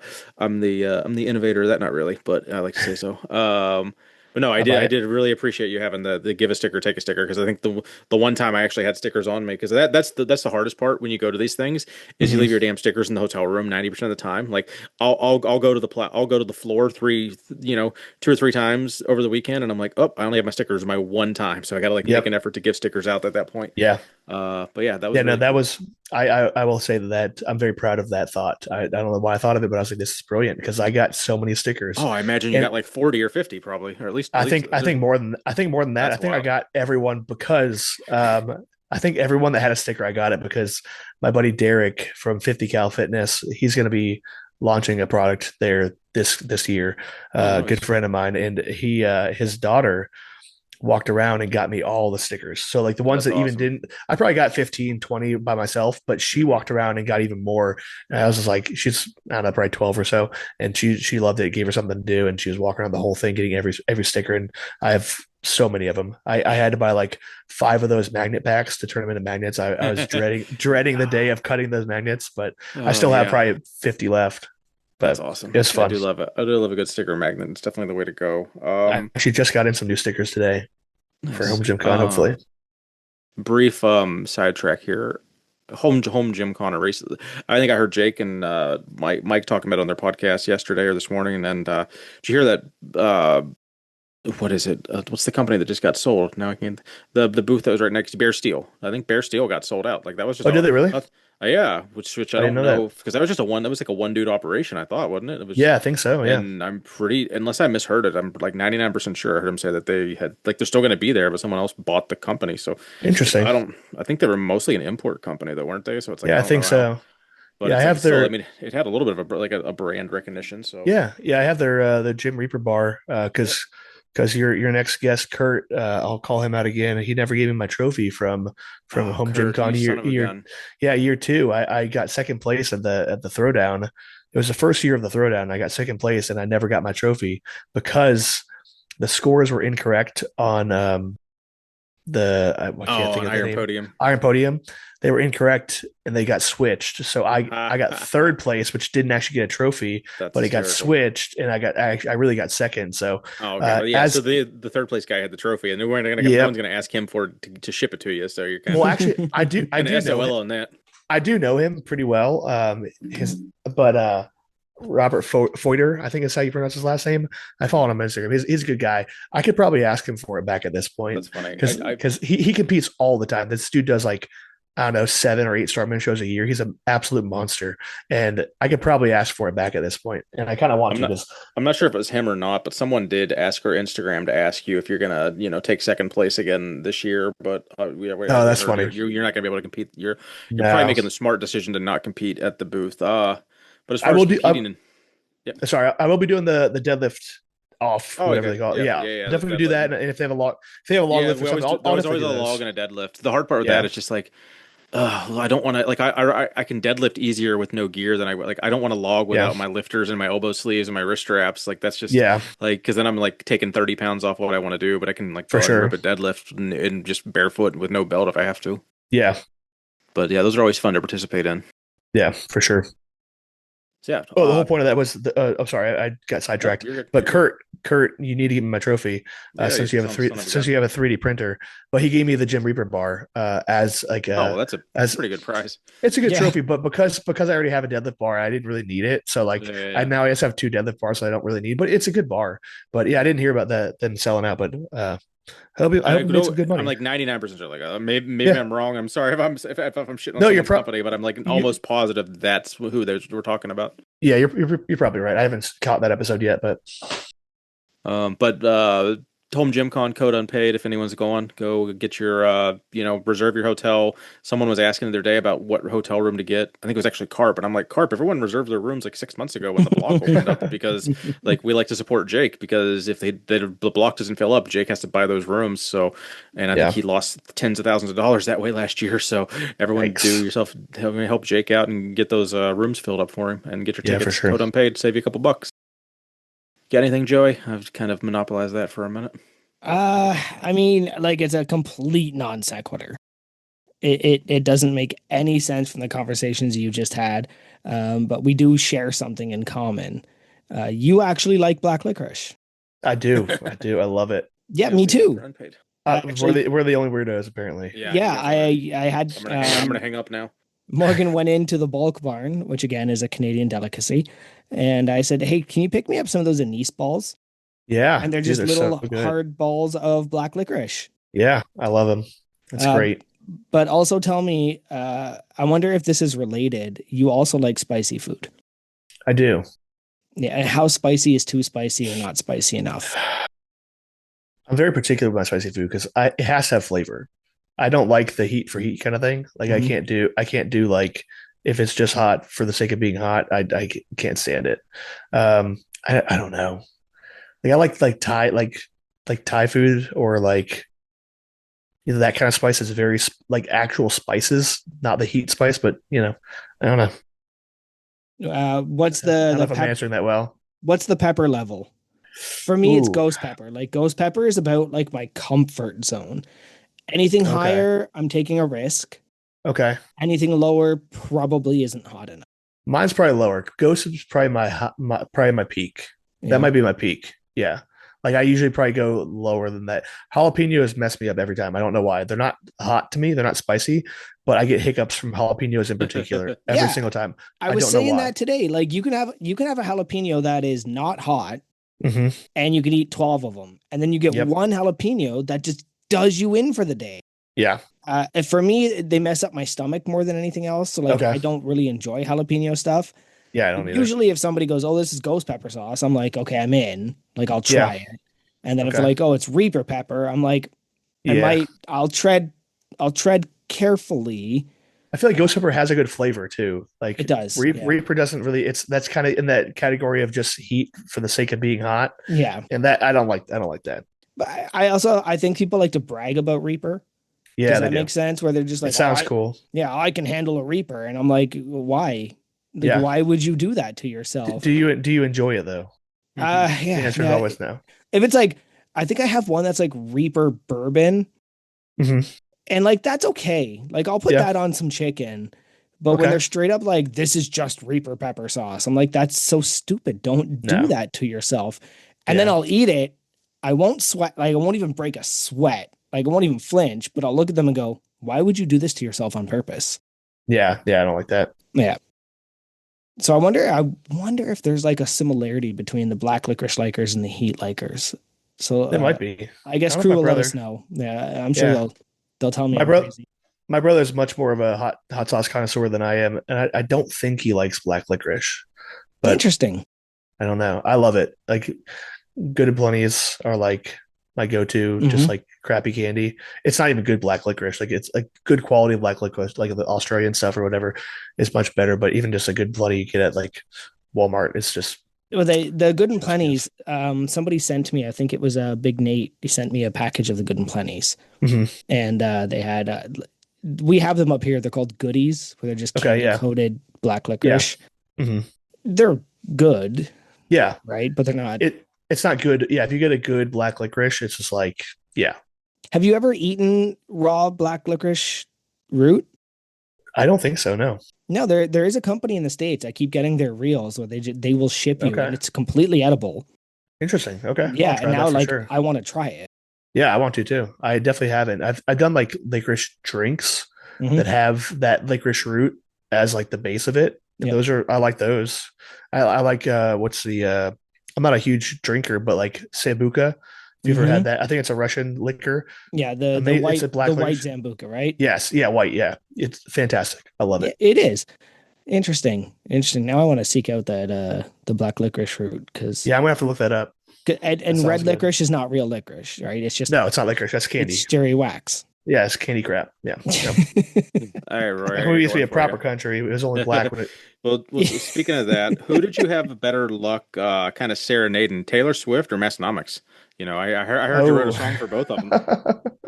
Oh boy, that sucks. I had much more luck with Massonomics. Although it was I still think that was a very clever song. So if anyone wants to look it up, it's probably on YouTube. I might have made it. If it's unlisted, I'll relist it. Yeah, But please do this. it's called "You Belong with Me Too" TOO, and this was back in the day when like "You Belong with Me" was like her big hit. So it was like when she was country Hmm. before she became like a weirdo. Yeah, But back when we used to be a proper country and Taylor Swift exact sung ex, country. exactly Like I'm a exactly big Taylor Swift fan when she was a country singer, but yeah. not Up anymore. until Red, I think Red was a fantastic album, and then everything after that was just like weird. I forget the gentleman's name where they toured, where he was a big Swifty, but I completely agree with him. I forget what member that was, but he had a big Taylor Swift flag, and up to Oh, Red. this says Cesne's Matt Yes, yeah, Cesne, I believe. yep, yeah, up to There's Red. been Red, many a Swifty fan, but Cesne's the of only one in course. his gym. Yeah, Red was a great last album. But everything after that to me is garbage. But yeah, the song was very clever.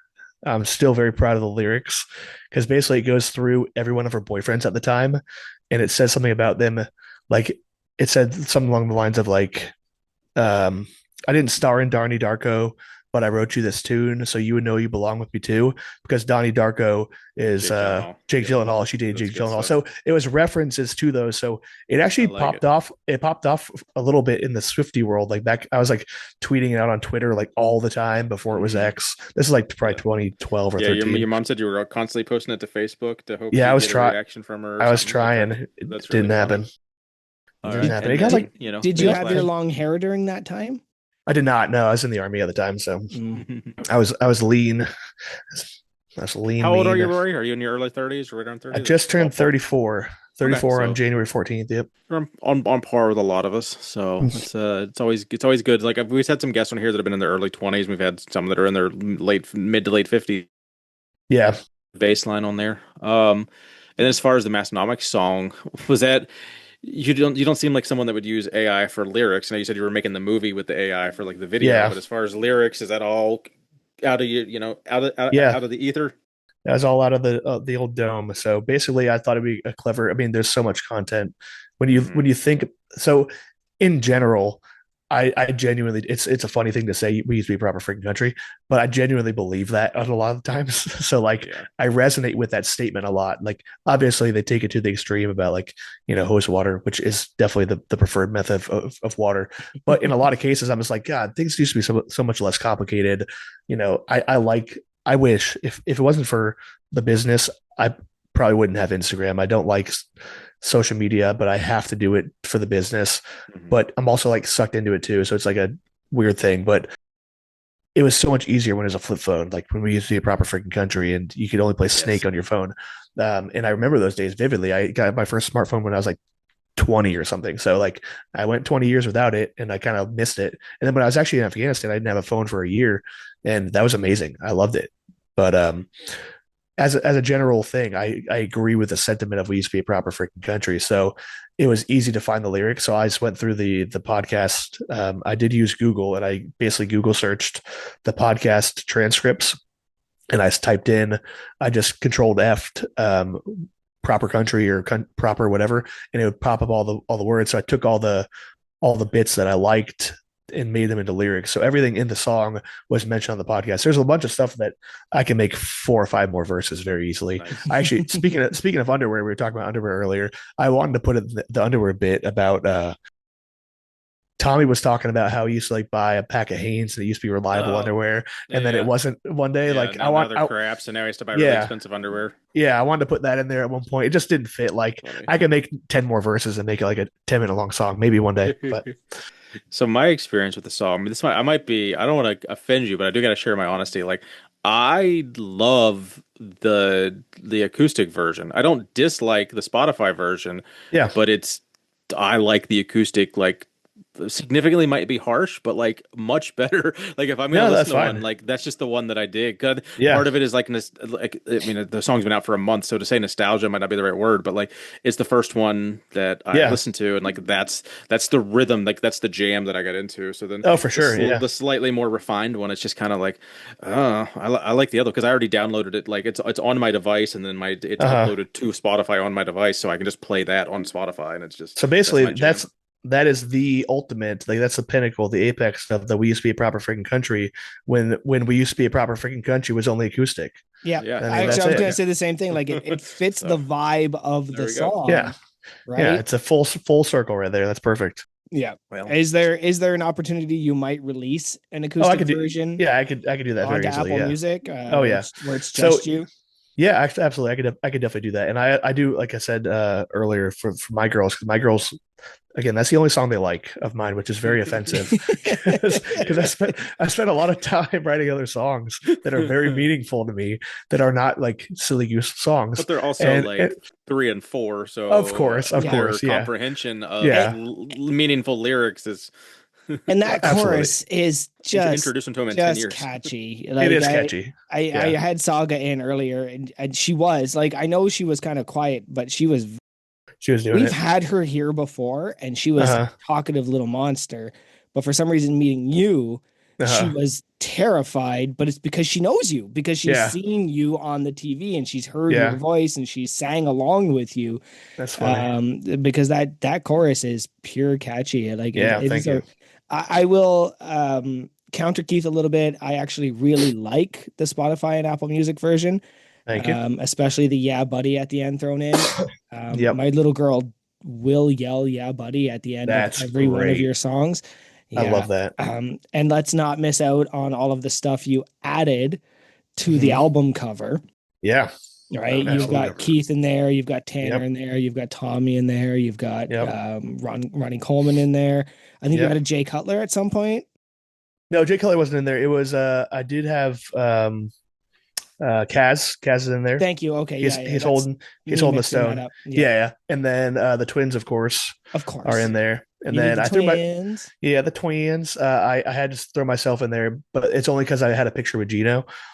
So I actually met Gino. I was in New York for my mom's 60th birthday. She always wanted to go to New York City she's a New Year's baby. So she wanted to go to New York for her birthday. She's never done it. So for her 60th, my brother happened to live in Jersey City at the time. And then we flew her up there and we did that. And we were leaving Jersey airport, Newark or whatever it's called. And Gino was there. I was like, "Hey, Gino, What? what's up?" And like, he was in his full attire and everything. So that's on there, the picture of me and Gino. And then there's something, probably missing something, but oh yeah, the Edmund Fitzgerald, SS Edmund Fitzgerald is in there. Yep. And the belt, that's in the belt buckle. And you can zoom in and you could see it, especially on the flag that I gave to Tommy and Tanner. That's on there. Missing something. Oh yeah, the guy from Disturbed. I don't know his name. David the Draymond. That's it. Yeah. Yeah, he's on there. I think that's it. That's just I'm probably full of missing Easter something, eggs. but yeah, Full of yeah, Easter little eggs. Yep, got to do it. Very good.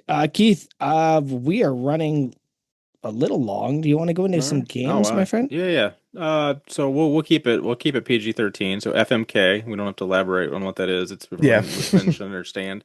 What was the other one? It was like Slap Mary Tickle or something. Yeah, but it got confusing because I'm going to keep explaining what it was. So I'm gonna throw Nate a bone on this one. He submitted one for you. So we're gonna go guitars. Guitar brands, manufacturers, if you will. You're gonna help me with the pronunciation of the last one, but the first two are easy. So Fender, Gibson, and then we're looking at Grestch. Gretsch. Sure, yeah. Gretsch. Gretchen Wilson. Okay. Yeah, her. Fender, FMK. Gibson, Gretsch, FMK. Jeez. I don't actually. I have a Fender and I have a Gibson. I don't have a Gretsch. I don't play Gretsch a whole lot. Gretches are more for like rockabilly, jazz-ish. They do a lot of hollow body stuff, if that means anything to anyone. But I guess I'd probably let's do marry Fender, just because they have the Strat and the Telly are classic, iconic guitars that I have multiple on my wall that I'm looking at right now. We'll definitely kill the Gretsch because I don't really care for that stuff, and then we'll F around with the Gibsons because Gibson's got the Explorer. They got the iconic Gibson Explorer that James Hetfield from Metallica played for years. Mm-hmm. Les Paul, the Slash. Every Jimmy Page plays Les Pauls. I could F with those, but who doesn't play a Les Paul? I don't know. I have the Ace Frehley Les Paul that I have one that I made. Yeah, they're great. So yeah, let's do. I feel good about those. Good answer. I definitely want to live with the Fender. To elaborate on you said you had a guitar wall in front of you, so I'm curious. You sounds like you have a man that owns many guitars. Do you have more guitars or barbells? Oh, guitars for sure. Oh wow, that's a lot of guitars.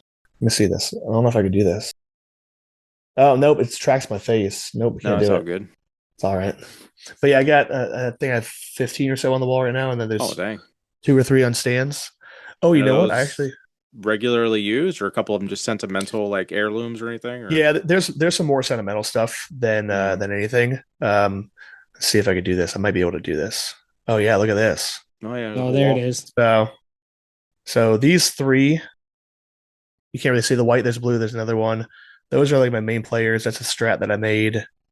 Let's see if I can turn it this way. That's a Les Paul that I made. So a couple of them are, that's about as far as it goes. But oh, good. Let's see if I get my presets. Here we go. This camera's pretty cool. Never used that feature. There we go. but anyways, learned something new. Yeah. We're getting you ready for this YouTube. You're about to blow up here in the next couple of weeks. Yeah, I got a bunch of acoustics over here. I really play one downtown. Like when I played downtown, I don't play downtown a whole lot anymore just because I want to be home with my family. So I've got one's really sentimental as my grandfather's. He gave it to me. Another sentimental one from my grandpa. one of them is literally just it looks cool. It's the Buck Owens like sparkle red, white, and blue guitar. It was I just wanted it, and then I really just play these five right here as my main players. But they all do different things. That's the thing with that you could justify with your wife. Same That's with why I have so many barbells. barbells. Yeah, Exactly. that's why I have 24 barbells. All It's the something same. different. Yeah, it's the same with barbells. Like I could justify, oh, well, I have this one set up in this tuning, or I have this one set up for this song, whatever. They all sound slightly different. So it's that justification that I tell myself to buy more. My brother and one of my best friends had a Rainmaker, and I think that was the best sounding acoustic guitar I've ever heard. Yeah, those are good. Those are really good. It's always hit or miss with acoustic, well, guitars in general. Like there's bad Gibsons. Like there are Gibsons that don't sound great, and there are Fenders that sound terrible. But like there's a tier in guitars, kind of with barbells. Like you get the $200-$300 barbells, it's going to do the job. It'll work. But then you get like in that $500-$600 range, you're going to get the best stuff. And then once you go over a certain price, you're not getting much more. Like the Eleiko, whatever, you're just paying for the brand name or the IPF red sticker or at some point. But like with guitars, it's kind of the same way. These ones are way more expensive. These are like in the couple $1,000 range, and I have a few that are in like $500-$600-$700 range, and then I have a couple acoustics that are a couple grand or whatever. But I've played them. I've made my money back from them, so that's how I kind of justify that as well. I've played guitar for a living, so I make money off of them, and they've paid for themselves time and time again. Whereas barbells have definitely not done that. Although I can't argue that I wouldn't have Roar Man Strength as a business if I didn't have a home gym. So it's very justifiable to say that too. So I'm going to keep up the guitar talk, the guitar talk. And I want to know your Mount Rushmore of metal guitarists. Ooh, okay. John Petrucci for sure is number one. That's actually what these three guitars are. Those are his signature models. I have three of the same guitar. One's a 7-string and two are 6-string models. So he's from Dream Theater, if no one knows who that is. It's a progressive metal band. Fantastic. Probably my favorite band of all time. I've seen them 12 times. I think I've seen John Petrucci. I've seen Dream Theater 7 or 8 times. I've seen Petrucci 3 or 4 as a solo artist. So love the dude. But then there's another guy named Wes Hawk or Wes Hotch. I can't never pronounce his name. He's fantastic. He's from a band called Alluvial, but he also played in a band called The Faceless rather. He's more of a death metal player, but he's just insanely good. He's probably number 2. He's kind of a lesser known person, so most people probably won't know who that is, but absolutely just take my word for it. He's amazing. 3 and 4 metal guitar players. This is harder than I thought. I didn't prepare for this one. For the sake of brevity, we'll go with Jeff Loomis, who is in a band called Nevermore. He is an absolute shredder. And then we'll go with Brandon Ellis from Black Dahlia Murder. He's no longer with the Black Dahlia Murder, but he's very, very good. Very underrated. Very underrated. But we'll go with those. There's definitely some movement in those. You hear? I was gonna say no Zach Wildlove. Oh no. He's awesome. He is awesome. But like all these guys are like absolutely just shredders. Like play circles around him. And like Zach is in his own right an amazing player, and he's done more for the genre of rock and metal than those guys have. But those guys are like niche, like players, if that makes sense. Yeah, it does actually. Yeah. Hi. Want to say hi? Nope. Yep. See? There we go. Yeah, same thing. That's what his daughter did. This is Reagan. Hi, Reagan. The love of my life. She can't hear me. You close the door, please. Thank you. I love you. I want to get a couple funny, at least we're going to wrap up here in a bit, but there's a couple funny stories that were submitted. One of them it specifically says there's a whole Rory story is hilarious. Is there a funny, it was one of your buddies from the military. It was shoehorned in on a different thing. He's talking. So I don't know. It was, One of the many times of being together in Savannah, Georgia, he was so sauced that he was wandering down the wrong hall slash floor of the hotel room until ultimately we had to help him find his room. And then it follows also the whole Rory story is hilarious. So I don't know. I don't know Like that. I'm about to reach out. Roar, it's hard to Oh yeah, like yeah. get Yeah, when you're trying to it's get in along. text. So like, Yeah. Gotcha. There was your mom's. Did you ever? I don't want to put you. Your mom said that you No, used you're to dress. fine. Your mom specifically Oh, when you were about 5 years old. Speaking of underwear, she said you yep. borrowed you. You know where I'm going. I Yes, mean, my it's grandfather's ties. Yeah, my yeah, grandfather's yeah. ties. I made them into basically So- sumo underwear, whatever you call that. Yeah, oh yeah. I would tie. no. That's I would tie hysterical. it, and That's probably not cover everything, but yeah, definitely did that as a kid. We would sumo wrestle with my grandfather's ties. He probably didn't want to wear them after that, but Well, I did that yesterday, so like you can't be too embarrassed. yeah, I'm not fully own it. Yeah, I'll have to um, ask. I'll have to ask about the person about that.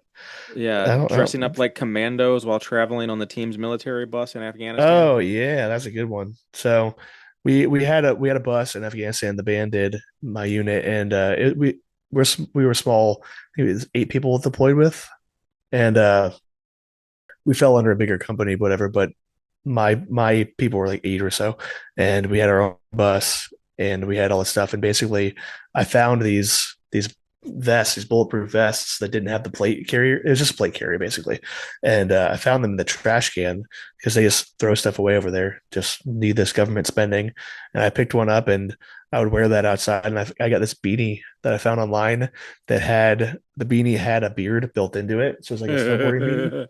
So I would have that. I would take off my top, so it was just like the tan t-shirt and the vest, and I would basically roll. I would jump out of the bus while it was rolling, and I would do like a commando roll, and I would have the rifle with it the whole time. And I'd be like, just That's doing pretty stupid funny. stuff. So that's You fun gotta times. keep yourself occupied, right? I was 21 over there, so I We're turned all 21. 21 months. Yeah, I turned 21 on the day that I left for Afghanistan. So that's fun. All right. Well, FMK is or no, we already did FMK. We We have did. this other game we like to play called Unpaid or Underrated. It's a somewhat Mhm. original game that we didn't steal from anybody. We're going to give you up to six to eight hand-picked topics specifically for you. You have to get your druthers. Unlike least fun, most fun, we're only looking for one distinct answer, and you cannot ride the line. So, underrated being pretty awesome, and unpaid not so great because no one wants to be unpaid. So, Okay. I'm going to hit you with a few. Okay. Let's go affiliate links or So the affiliate options. codes or however. Yeah, yeah, Unpaid or underrated. So unpaid being uh bad and yeah. underrated being good. Unpaid. Yeah, just dealing with the people in Yep. general and like people. Yep. Do you get solicited regular? You have to have so many people sliding into your DMs asking for that, get that 20% Yeah. off so they can get their 10%, and then you have to give the customer 10%, and then you're just got all Yeah. this money, and it's like you Yep. didn't. I Yeah. mean, Definitely unpaid. It's to me, like we were talking about before, I like when a company, so affiliate means like you're affiliated with the company. So you should stand behind the product. So people that just like push their affiliate links versus pushing the product, it just it's just not what I like. So I actually have one affiliate. And I really like the guy. And he doesn't necessarily say the best things about my product all the time, but I really liked him as a person. We agree morally on a lot of things, and that's kind of all it was. But like the affiliate program was just kind of it was kind of weird for me. I noticed a lot of things in that world, like where people were just getting. I'd see the discount codes coming through from that person, even though that person never mentioned my product necessarily. So it's like I know they're just getting the discount code because they're clicking a link, not because that person's actually affiliating with my company, which is just weird for me. And I'm giving away 20% of a company basically for nothing. So I've had bad luck with affiliates, but that's just my take. But no, probably get in some that's trouble for fair. that. No, I mean there's a small businesses is hard to give away 20%. I mean 10%, Yeah, 5 like 10%, and it's just 5 and 5, but then it's like no one's going to push your product hard for 5%, so it's kind of like, but it's exactly. if you're selling anyway, it's kind of Yeah, like I and feel I I feel don't. bad sometimes when I take 10% when Kim gives us 10% from Barbell Rescue and he gives Uh huh. the customer 10%. So he's like he's eating Yeah, it's a lot. 20%, which is got to be most of his profit margin or at least a Yeah. portion of it. So it's Oh, it's like a lot. Yeah. But Yeah, that's the thing. A lot of people don't. I don't think a lot of people understand that. It's like you're giving 10% to a person to push a link, and then you're 10% to the customer. That's 20% of a company. If it's $100 product, you're in the margin. Let's say your margin is 50%. You're making $50. You're giving away 20 of that. You're making 30%. You're making $30 on $100 product. It adds up really quickly. So it makes sense for people like Rep and Rogue and stuff like that to have a lot of affiliates that. But I just like the way that, like, let's say Massonomics, for instance, like everyone knows they use Texas power bars in strength steel plates. Like they push them because they like them and they actually believe in the product. It's become like a running joke, the easy to grip black powder coat, or not, the whatever, the e-coated. Yeah. All that whole thing's kind of become a joke, but it's because they actually stand by the product. So like, I like that. There's not everyone does that. This is my thing. So no, like we said at the beginning of the episode, there's nothing I push that I don't use. Right. Like me having a barefoot shoes one makes sense because I have been pushing barefoot shoes for the past 3 years. And that was before I had a code. Yeah. And I was telling everybody, like, these are the best thing you can wear. And Barefoot reached out to me and they were like, you don't have a code yet? Yeah. And I'm like, well, I don't really need one, but like, if it helps people get into your product, there's even some codes where like, I don't want money. Yeah. Right? Just if I say I like something and somebody buys it because I said I like it, give them something. I don't need anything from it. And Obsidian Ammonia is a really good example. I don't always make a commission when you use unpaid, but it tells them you came because of me. Exactly. And for me, that connection with Travis is almost more important than any commission I would get. Yeah. And that's why the way that Tommy and Tanner do it, they've created, like in my little spiel, I gotta, poke fun of them, but that's the whole point of this. Like the whole thing is they have truly created a community, a true community where if Tommy and Tanner say something that is good, the community is gonna believe them and believe that. So their affiliation with a brand or a business is much different than Joe Schmo reviewer that just wants a free product and they're going to sell it on Facebook Marketplace 5 days after the review and make their money and then get the affiliate code because they don't really care about the product. And that's not to say that's not shade on the reviewers in general, but like it's just the way that we have friends that do that. But I know. But hey, Carp, how you doing, buddy? But it's the way that it's become like that's the way the system goes because Carp has a two car garage where his wife parks. He can't keep everything. No, I was just busting his chops. No, absolutely, he deserves it. No, and he does good work too, though. He does. Yeah, he puts a lot of effort in those videos, so we appreciate everyone. Massonomics Tango Charlie affiliate coming soon. Oh yeah, they're brick and mortar with the Arnold booth. Now they talk about it more than anything else. So the horse on that one, the tractor supply, that's brilliant. I love it. It really is. And even if that code makes sense, only applied to horse stall mats, that would be genuinely funny. Yeah. And that's how an affiliate to me should work. Yes. The affiliation with Tractor Supply and them is the perfect example of how all affiliate links should work, in my humble opinion. But no one cares about my opinion. All right. Unpaid or underrated basic tap water, plain unflavored water. Definitely unpaid. Disgusting. Boo. Trash. That's hard. So you just drink a lot of soda, or are you always doing something sparkling, or are you doing like Mio or something? I do. I have to have some flavor. That water? Yeah. So I used to do aminos because I could get them really cheap from Redcon. They were like $10 for a serving of 30, and they stopped selling aminos entirely. There's no amino acid thing. So I usually use no creeper over here. That'll I usually use Mio. I actually got a bunch of free Mio. Nice. Like what's cases of flavor of choice other than that. Oh wow. It was pink. It's gonna be pink so lemonade. expired by the time you get to it. Oh yeah, absolutely. It was his affiliate code that got them. Yes, exactly. And I also have a bunch of I also have a bunch of prime hydration sticks that I got from the army. You can have those. They were supposed to go on a deployment and they never made it on the bird. So I literally have thousands of prime energy or prime hydration sticks, blue raspberry. So I do that, or I'll use Neo. Of course it's blue raspberry. Of course it's blue. It has to be. Yeah. You know.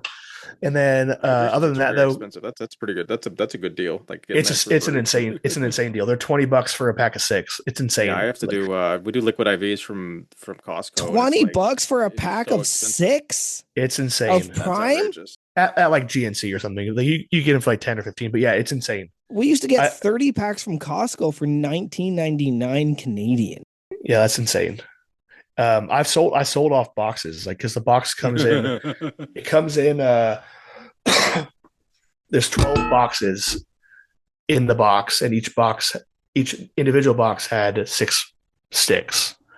And So I sold those are the bonuses that you give to the European people that spend $150 for shipping, right? Yeah, them. Yeah, I should. that's the goodies you give them. I did before they expired. They expired in August. I still drink them because I think expiration dates are a Yeah, ain't myth. gonna But hurt me. yeah, but I did actually it's throw them salt. How fast can it expire? in. Exactly. Yeah, it's been on the earth for centuries. But Oh, look at that cutie. other than that, Kirkland water, like the sparkling water, the colored flavored stuff, I drink that too. But Yeah, I drink that. plain water is disgusting, especially warm. All right, my last one here for you. Unpaid or underrated, and there should be a funny story with this, so elaborate as much as you can. The word gnat. Oh boy. Yeah. Yeah, my wife. She got me good. She got me good. I've never claimed to be a good speller. I'm not bad, but I've never claimed to be a good one. And I forget what it was, but there's a situation where like she said something along the lines of like, "Oh yeah, I spell Nat or whatever." Like I'm not an idiot. It's G N or A KNAT, and of course it's a G. But I, of course, framed it as like I'm not an idiot. I know how to spell it, and I spelled it wrong. So I spelled it with a K. It's a G, and I should know that because I was stationed near Savannah, and the Savannah baseball team is the Savannah Gnats. So I had shirts. I literally had I had multiple shirts with That's the terrible. Nats, the GNAT, and I don't know. So yeah, I also but can't to answer spell, and I wouldn't have spelled it with a G or a K. I would have just spelled it NAT. But no, I've learned something new that it's yeah, GNAT. there you go. You're always learning something new. It's a stupid word. Nice. It's a stupid word. It's a stupid animal. It's a bug. Whatever. Yeah. So We already heard you're not a bug guy. You know, we kicked off the episode with he's not a bug guy. So yeah, right. I'm just glad that I finished off that. So yeah, Nats. Oh, to answer your question though, definitely unpaid.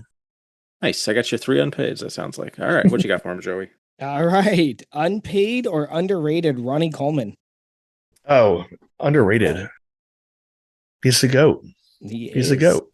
I had my Arnold bag out at work today, and they were like, "Look at how jacked he is," because it was like from back in the day. And then I was like, "Yeah," I was like third best in the world, and they were like, "Huh?"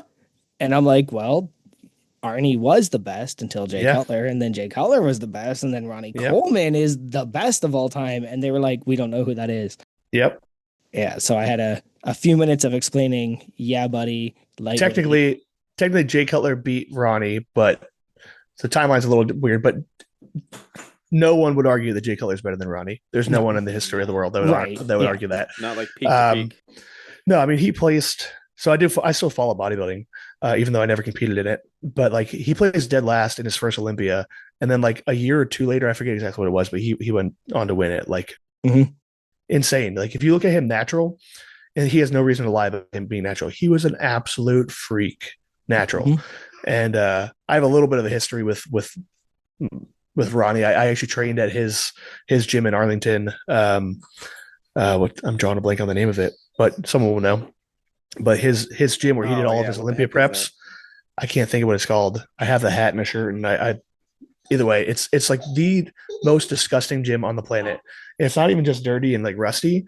It's got broken glass on it. Like the mirrors fell off, they broke and they shattered, and they're just like pushed to the corner. That lives there now. Oh yeah. I was there like last year, and it's still like that. And I actually ran into there's a up and coming bodybuilder that I think he's won a bunch. He's of course I'm drawing a blank on his name now, but he placed like third or fourth. He's gonna be at the Arnold Classic. He's probably gonna place top 3 in the Arnold Classic. I can't think of his name right now. I don't know why, but I met him there, but the owner was really cool. So they had these like just change plates all over the floor. Just plates are here and there, rusted, whatever. And I found this little 2.5 pound plate, or it's 1.25. It's a weird increment, and I found it on the floor. And it was a Samson plate, the brand Samson. And I was like, I always want this as a memento. I'll just asked the owner, Brian was there, and I was like, hey man, like, this is a weird question, but can I buy this plate off you? I'll give you like 20, $30 for it or whatever. I just want a piece of history from that gym. He's like, I just have it. I'm like, okay. He's like, no one's lifting that here anyway. So I was like, it was like a 1.25 pound plate. I'm like, of course. But just to think that it came from Ronnie's gym, he signed it. He said, he said, yeah, buddy, God bless, and he signed Brian. That's on the wall in the gym, and that was pretty cool because without people don't necessarily know this, but without him, we wouldn't have Ronnie Coleman. Mm-hmm. Ronnie Coleman was discovered by him because he went into his gym when he was a police officer, when Ronnie Coleman was a police officer, and he was just jacked out of his mind. And Brian discovered him and said, listen, dude, you have to compete in bodybuilding. Like, you're a freak. You're going to do well. And Ronnie, the story goes, is Ronnie was basically like, if you give me a free gym membership, I'll compete. And so he did. And Brian basically got Ronnie Coleman into bodybuilding. So without Brian, we wouldn't have Ronnie Coleman and the yeah buddy at the end of we used to be a proper freaking country. So all those memeable, quotable things that he said, we wouldn't have that without Brian. And I got his signature on a little change plate. So it's pretty cool. And the gym was Metroflex. Metroflex, thank you. Yes. In Arlington, Texas. It took a minute because I was like Ronnie Coleman Gym and like it didn't come up. So I was like Ronnie Coleman Gym, Texas. There it is. Yep. Yeah. So I just really like the nobody's gonna use that, the 1.5 pound plate. Like, look where you are. Nobody's going to use that. Yeah, that's funny. Yeah, they're on the ground for like under the heels or for like deadlifts. That's what they're there for. Yeah. Unpaid or underrated Nickelback? Unpaid. They're bold. It is, and I'm not a huge fan necessarily, but I think they just get I think they get hate for no reason. Well, I guess there's a good reason. I'm running the line. Like unpaid is bad. Do you mean underrated? Yeah. Then? You like them or? Oh, I guess. Okay. No, I meant underrated, I guess. Okay. Yeah. Just because what they did for the genre. Again, I'm not a fan, and I didn't like Scott Kroger. Scott Kroger? No. Chad Kroger. I was combining Creed. Scott Stapp. Yeah. That would be awesome. Actually, that makes sense. Scott Kroger would be great. That'd be a great band. No, I think they're probably underrated. They get too much hate. Kind of like Creed did. Creed got a lot of hate. When honestly, I would say Creed for sure is unpaid. They're definitely underrated. Underrated. Sorry. I'm getting the things confused. What's up, baby? That's all right. Grant still can't get the name of the podcast right, so you're not the only. But they have a lot of good stuff. But the one thing that turned me off to Nickelback was they had an episode with of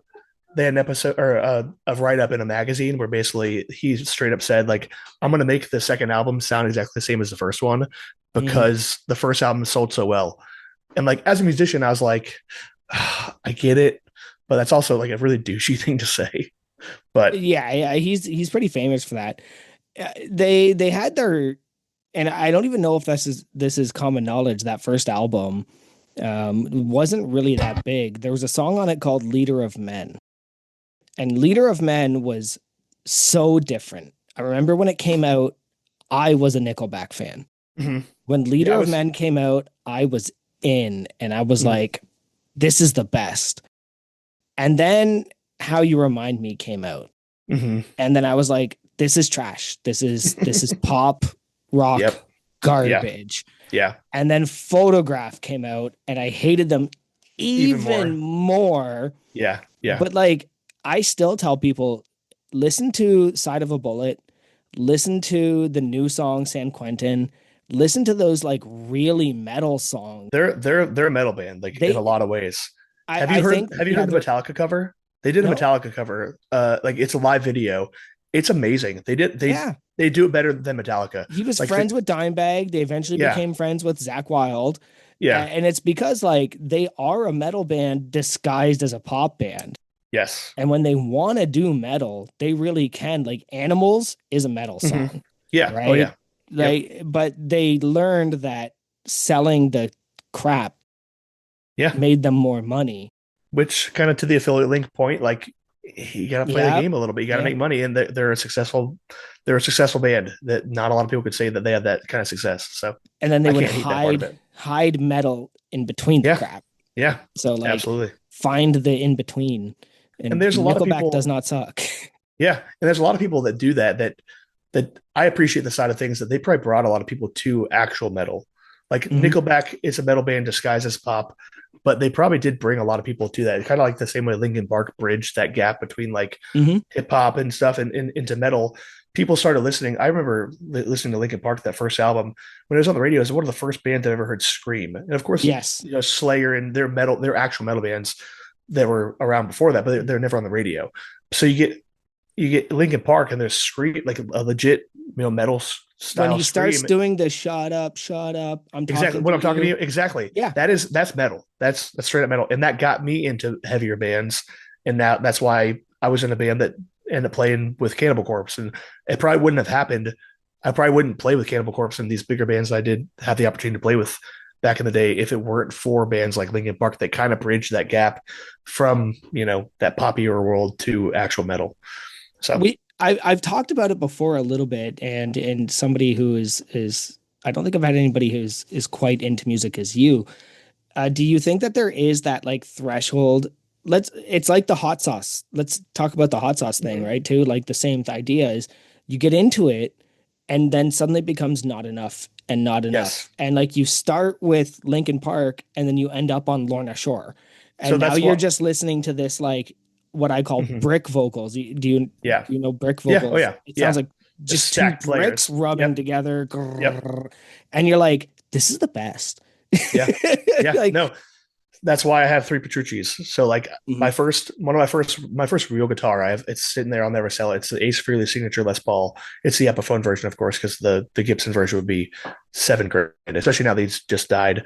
Rest in peace, Ace. It would be like $50,000. But regardless, that was my first real guitar.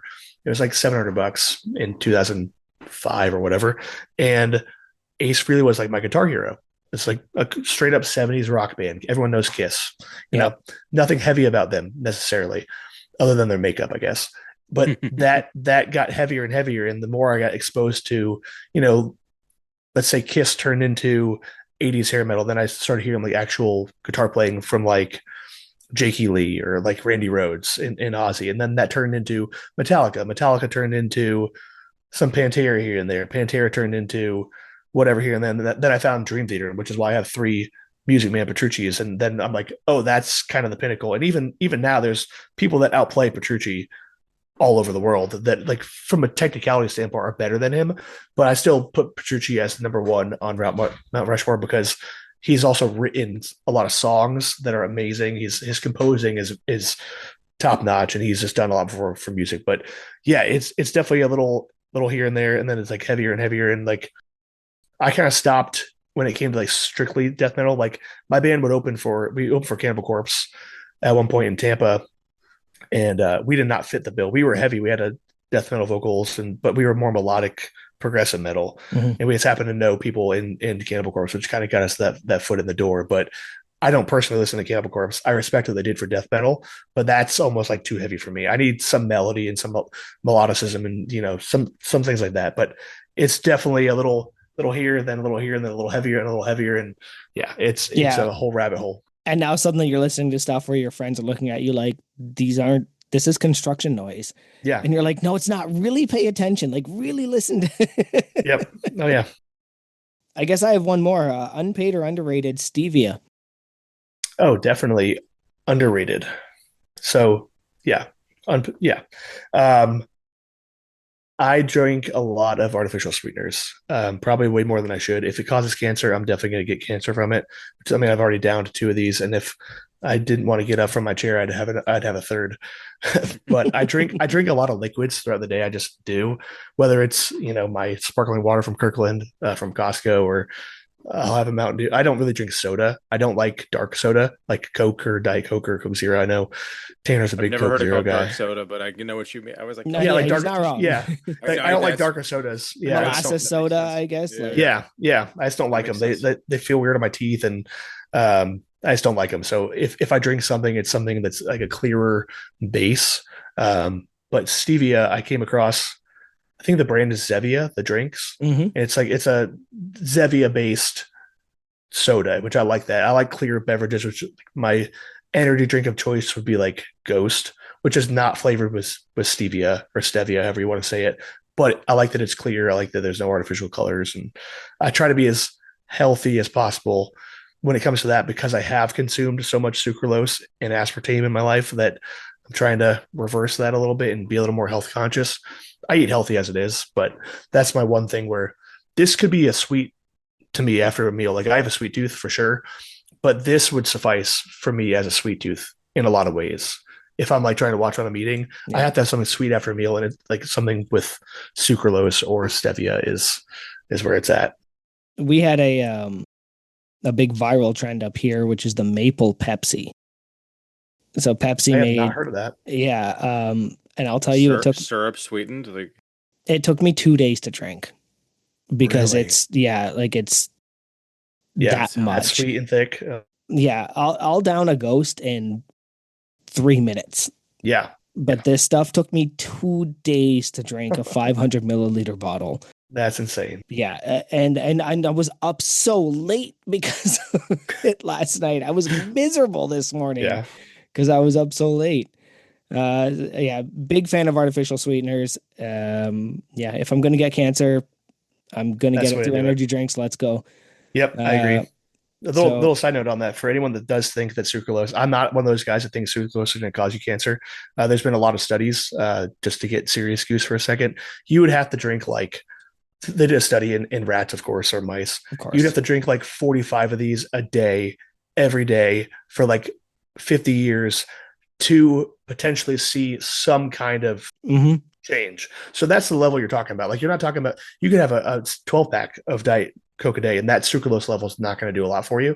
Yep. But there are studies that show that it does stuff to your gut microbiome. And I eat Greek yogurt every day anyway, so like my probiotics are probably fine. But just as a cautionary thing, I'm just like, if it does cause it, I'm not going to try to exacerbate that. So if they have a Zevia version, or a stevia version rather, I'll prefer that. But I'm not one of those people that's like, I'm never touching artificial sweeteners. I do like my 0 calorie beverages because I like to drink a lot, and if I drink things with calories, I would be a fat slob. And I'm the same way. I just don't buy into those where it's like, well, they did studies on rats, and I'm like, okay, what's the study say? Well, we force fed them and then beat the crap out of them, and then I stepped on them and they died. And it's like, yeah, of course they did. Right? Like, I got That's exactly how it I goes. got two notes. So I definitely feel it's stevia, not any other pronunciation. And Okay. if you do end up getting cancer from this podcast, or from all these artificial sweeteners, use code unpaid at the doctor's office, and that affiliate will kick in, and we'll be all set. I was gonna say I need an affiliate link from Big Stevia. yeah. Stevia. Maybe whatever. it is stevia. I don't. I've never heard We'll just know. stevia, but I wasn't I haven't gonna either, correct but him. it's I don't- like, I mean, Yeah, well, I this don't is know. also the man that spells Nat with a K, so it's hard to say. But I wasn't going to use any. I thought I was going to spell it just NAT. So Stevia actually has a silent G as well. It's a silent GK. Well, I think you passed there, Big Rory. Oh, thank God! I was really worried about that. So I know you said you didn't have anything for us, but after talking to us for 2 hours, anything you wanted to pick our brain with before we bring this in? I don't know. You don't have to. We can How's the weather up there? You guys said it was -15 a couple days ago. It's all over the place, but it's mostly cold and wintry. I'm at -12 Celsius right now. Ooh, what's Celsius? What's that in Fahrenheit? What's that in American? I can figure that out. I can figure out your freedom units for you. Yeah, I know it has something to do with zero. So 32 is 0, right? Yeah, I believe so. So then but I think they meet. I think they meet at 32. Then I don't know. Weird. So if I'm at -15, go -15. It is 5. Okay. Yeah. I'd say we used to be a proper freaking country when we had Fahrenheit, but I think Celsius was probably before Fahrenheit. Yeah, I was gonna say you're the only country that ever had Fahrenheit. Well, the funny thing is, side tangent on that is like the Army PT test. I take it twice a year or whatever, and the Army as a whole does a lot of dumb things, but they cannot determine whether they want to use the metric system or the imperial system. Like we do like a ball throw or whatever, which actually just got canned, but it was measured in like yards, but yet we use miles for the run, and we'll use pounds, but we'll also use like kilo. Like we it's all over the place. In the same test, we use both metric and imperial. It's nonsense. So I would be on board with just centralizing everything to metric, because metric's a little more accurate anyways. I would hate to relearn it, and as a freedom loving American, I hate to say that, but We're the only country. We're the only country that doesn't get on board with that. It just seems silly that we can't disagree on like one, but it is what it is. I'm not So learning. there, it actually, and to settle some of the crew debate, there was actually like a 48-hour conversation about this on Unpaid and Underrated in Discord. We actually do the same thing, to be honest with you. Yeah. Like half of our stuff is in pounds, half of our stuff is in kilometers. Like our speeds are in kilometers, but our weights are in pounds, and our height are in feet and inches. Like my driver's license, I think, has centimeters. But when you take when you go and do the quiz, not the quiz, when you fill out the form, you can type in feet to inches, and it'll convert it to centimeters for your driver's license. So like we're kind of the same way, just do the proximity.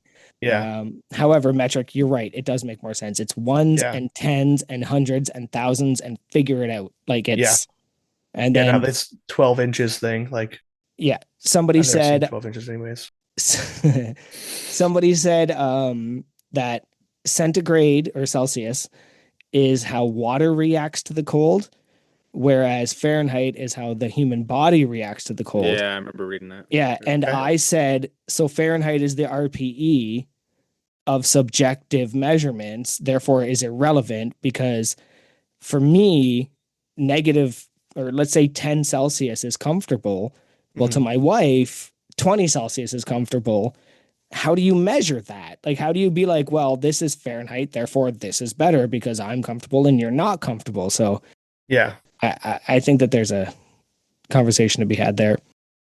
Yeah, for sure. I think Keith is looking to wrap this up. No. No worries. I've been fishing on. I was waiting on my time to talk real quick. I had you had mentioned DMV, and I just wanted to follow up on when I had got my DMV. I had to go to DMV a couple months or whenever it was, a couple weeks ago, and it was a sad story because I missed out on that $500 gift card because I didn't respond in time. But the highlight, I guess, was it'll probably be the last time I pass a vision test without having to go get glasses because God dang, those letters were blurry at the top. Like I could get them. Like it was the only time I've ever done a vision test and been like, I'm just guessing on those the bottom ones. That is, I'm like, because my wife's been giving me a hard time saying like, I I'll be sitting on the couch and I can't read the time on the clock on the microwave like 15, 20 feet away or something, and where maybe I could 10 years ago. So like I know my vision's going a little bit, but to still pass that vision test, quote unquote vision test, it's just Did I say DMV?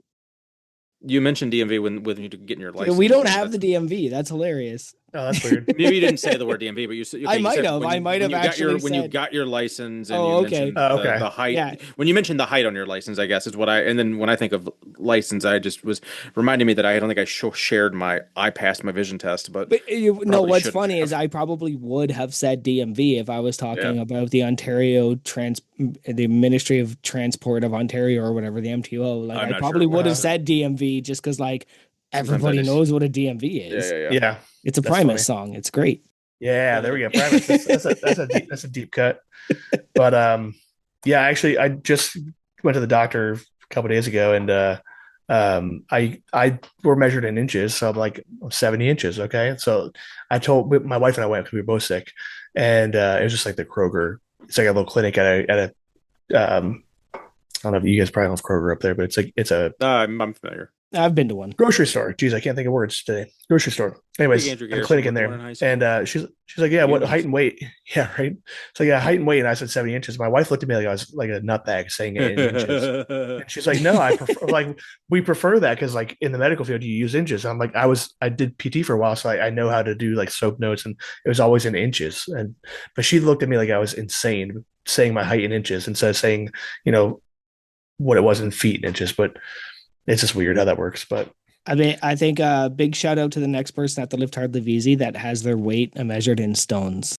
Yes, because it is the worst version. Yes, of measuring weight. But that's ridiculous. Let's just do the entire Lift Hard Live Easy and be like this. The weight is measured in stones just to mess everybody up. That would be genuinely funny to me. I do have a bone to pick with like federations that use kilos in strongman because. To me, it just I understand the weights, but 500 kilos sounds so much less, literally less than half than 1,100 pounds. Like, just use 1,100 pounds. It sounds cooler. I wish there was like federations that just use pounds. I know there are obviously within federations that use pounds, but it's just so weird to me that like the USPA, USAPL, IPF, all these united things use kilograms. Like Yeah. I want a powerlifting federation that uses pounds. They 'Cause it sounds strictly cooler. work in the United States, yet are using kilos for whatever Yeah. reason. Like they make calibrated pound plates. I have calibrated pound plates in my gym. I just got the Eleiko ones from a local university that Oh yeah, you and Clark redid went their on gym. those middle Yeah. mid Tennessee Yeah, plates. MTSU. Yeah, they're beautiful chrome Eleikos, but they're calibrated pound plates. Like just use calibrated pound plates if you want calibrated. If you're a United States organization, do it. Like I almost want to start one just to say I did, but I'm not going to put all the work into Will that. it be for the lifters? Yeah. Oh yeah. Yeah, this one will be for the lifters this time. We Yeah. need it. Yeah. So we didn't get it. So we talked about home gym con a lot. The Arnold, is that anything you'd ever go to? Oh yeah. Yeah. I've wanted to for a long time.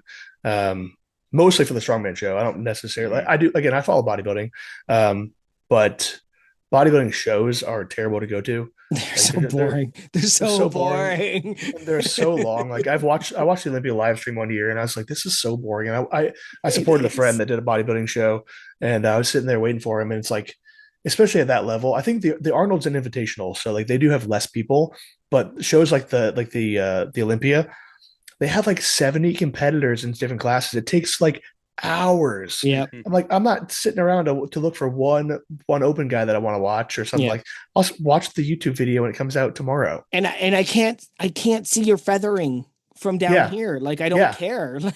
That's the funny thing too. Like all the commentators for bodybuilding shows are like, trust me, I was in the front row. It's different. It's different. They'll say the live stream's different. They'll say the live pictures are different. You had to be there in the judges' seat. It's like, well, then what's the point of being in the show? Yeah. If I'm in the back row trying to watch, and it's like, look at the striation on his thighs, and you're like, no. Yeah. Like I can't. I didn't bring binoculars because that would exactly also be weird.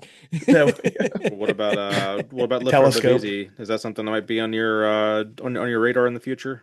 Yeah, I'll break the sad news right here. I had to pull out of the Lift Farther Daisy Classic. I was signed up for it this year. Yeah, unfortunately, I was for a very short period of time, and then I found out that my Army course, which I was actually supposed to be gone when Tommy Tanner came through Nashville. So it was supposed to be during that time, but there was a big government shutdown. So they canceled all those kind of courses. So I wasn't able to go then, which meant that I was able to get the home gym tour with the guys when they came through town. But that means that it starts, my class ends on the 18th of July. That's like the last day, and the first day of the Lift Out of the VZ is the 17th, right? July 17th. Yeah, it's like literally I miss it by like one day. So gotcha. That's very disappointing because I was very much looking forward to that. But I would definitely get one eventually for sure. Nice. Without question. Put a bug in your ear too. Like there's not a competition, but if you just with this podcast, you're probably gonna get probably some more follows and whatnot, and maybe some more people sliding in your DMs, or at least more crew eyes specifically on you. So if you just want to do a crew event and like get another check mark, Crew Falls is definitely worth doing. The Sioux Falls trip, it's a little cheaper because you don't have to figure out how to get to Aberdeen, so you can probably get just to Sioux Falls specifically, and then it's just a couple of days of hanging with the boys. So that sounds awesome. For me, that's a little more chill, but competing is always it's super fun too. So it's kind of 6 to 12, half dozen the other. It's just whatever, whichever floats your boat. Or they all sound apart, good. Apparently, or a horse apart. I think that's what they say. 2 horses per butt or something. Yeah. Yep. All right, boys. Big Rory, one more time. Where are they going to find you at? Hit them with all those links. Yeah, at Roarman Strength, RORMAN Strength on Instagram. That's the business page. If you want to follow my music stuff, it's at Rory Ellis Music. And then the website for Roarman Strength is roarmanstrength.com. You can also find my stuff on PRX performance.com and roguefitness.com. But if you go straight to my site, I get a little more money. So take that for what it is. Nice. That's what we like to hear. Yeah. Big Joe, where they can find you at? Joey_Malesko, MLECZKO on Instagram, and that's it. All right. We have an Instagram, Unpaid and Underrated Podcast, website unpaidinternpodcast.com. We got that YouTube. I am Keith Honeycutt73. Go follow me on Instagram. More importantly, go follow my Orange Jim, the No Wine Cellar, WHINE. See you next Tuesday. Yep. I did message you earlier. Let me see if she's still interested. Is that okay with you? Of course. She Absolutely. says she's too afraid to sing with you. Okay. But I might put the headphones on her Yeah. and see if we can get it out of her because she does Yeah, know for the sure. words. For sure. She's so excited. She really wants to meet you. That's awesome. Okay. Here you go, baby. Hello. Here, come up to the microphone. Here, switch your spots. So you know who that is? Do you know who that Hi. is? That's the guy that sings "We Used to Be a Proper Country." Do you want to sing with him? No. Okay. But you got to meet him. Sure. What if I Point sing it and you could just kind of like sing along? Yeah. Back when we used to be a proper stinking country. Back when we used to be a proper stinking country. Want to sing it with him? I don't blame you. Thank you for liking the song, though. I appreciate it. My daughters love it too. It's the only song of mine that they like. Do you I like listened that to it song? 4 times this morning. Can you tell him? No, are you nervous now? Of all the times you've been on here, you're nervous now? How old are you? I bet my daughter is probably about the same age. My daughter will be 4 in March. So she came on and sang "Oh Canada," Okay. I do remember that. but she's nervous Great. meeting you. That's hilarious. Of course. Okay. All right, baby, you gotta go. You don't Oh, want to sing with him. Canada, our home and native land. That's all I know. You want to sing the rest? Okay, you gotta go then. I got a smile. Thank you for joining us, baby. Nice to meet you. He says it was nice to meet you. Hong Kong.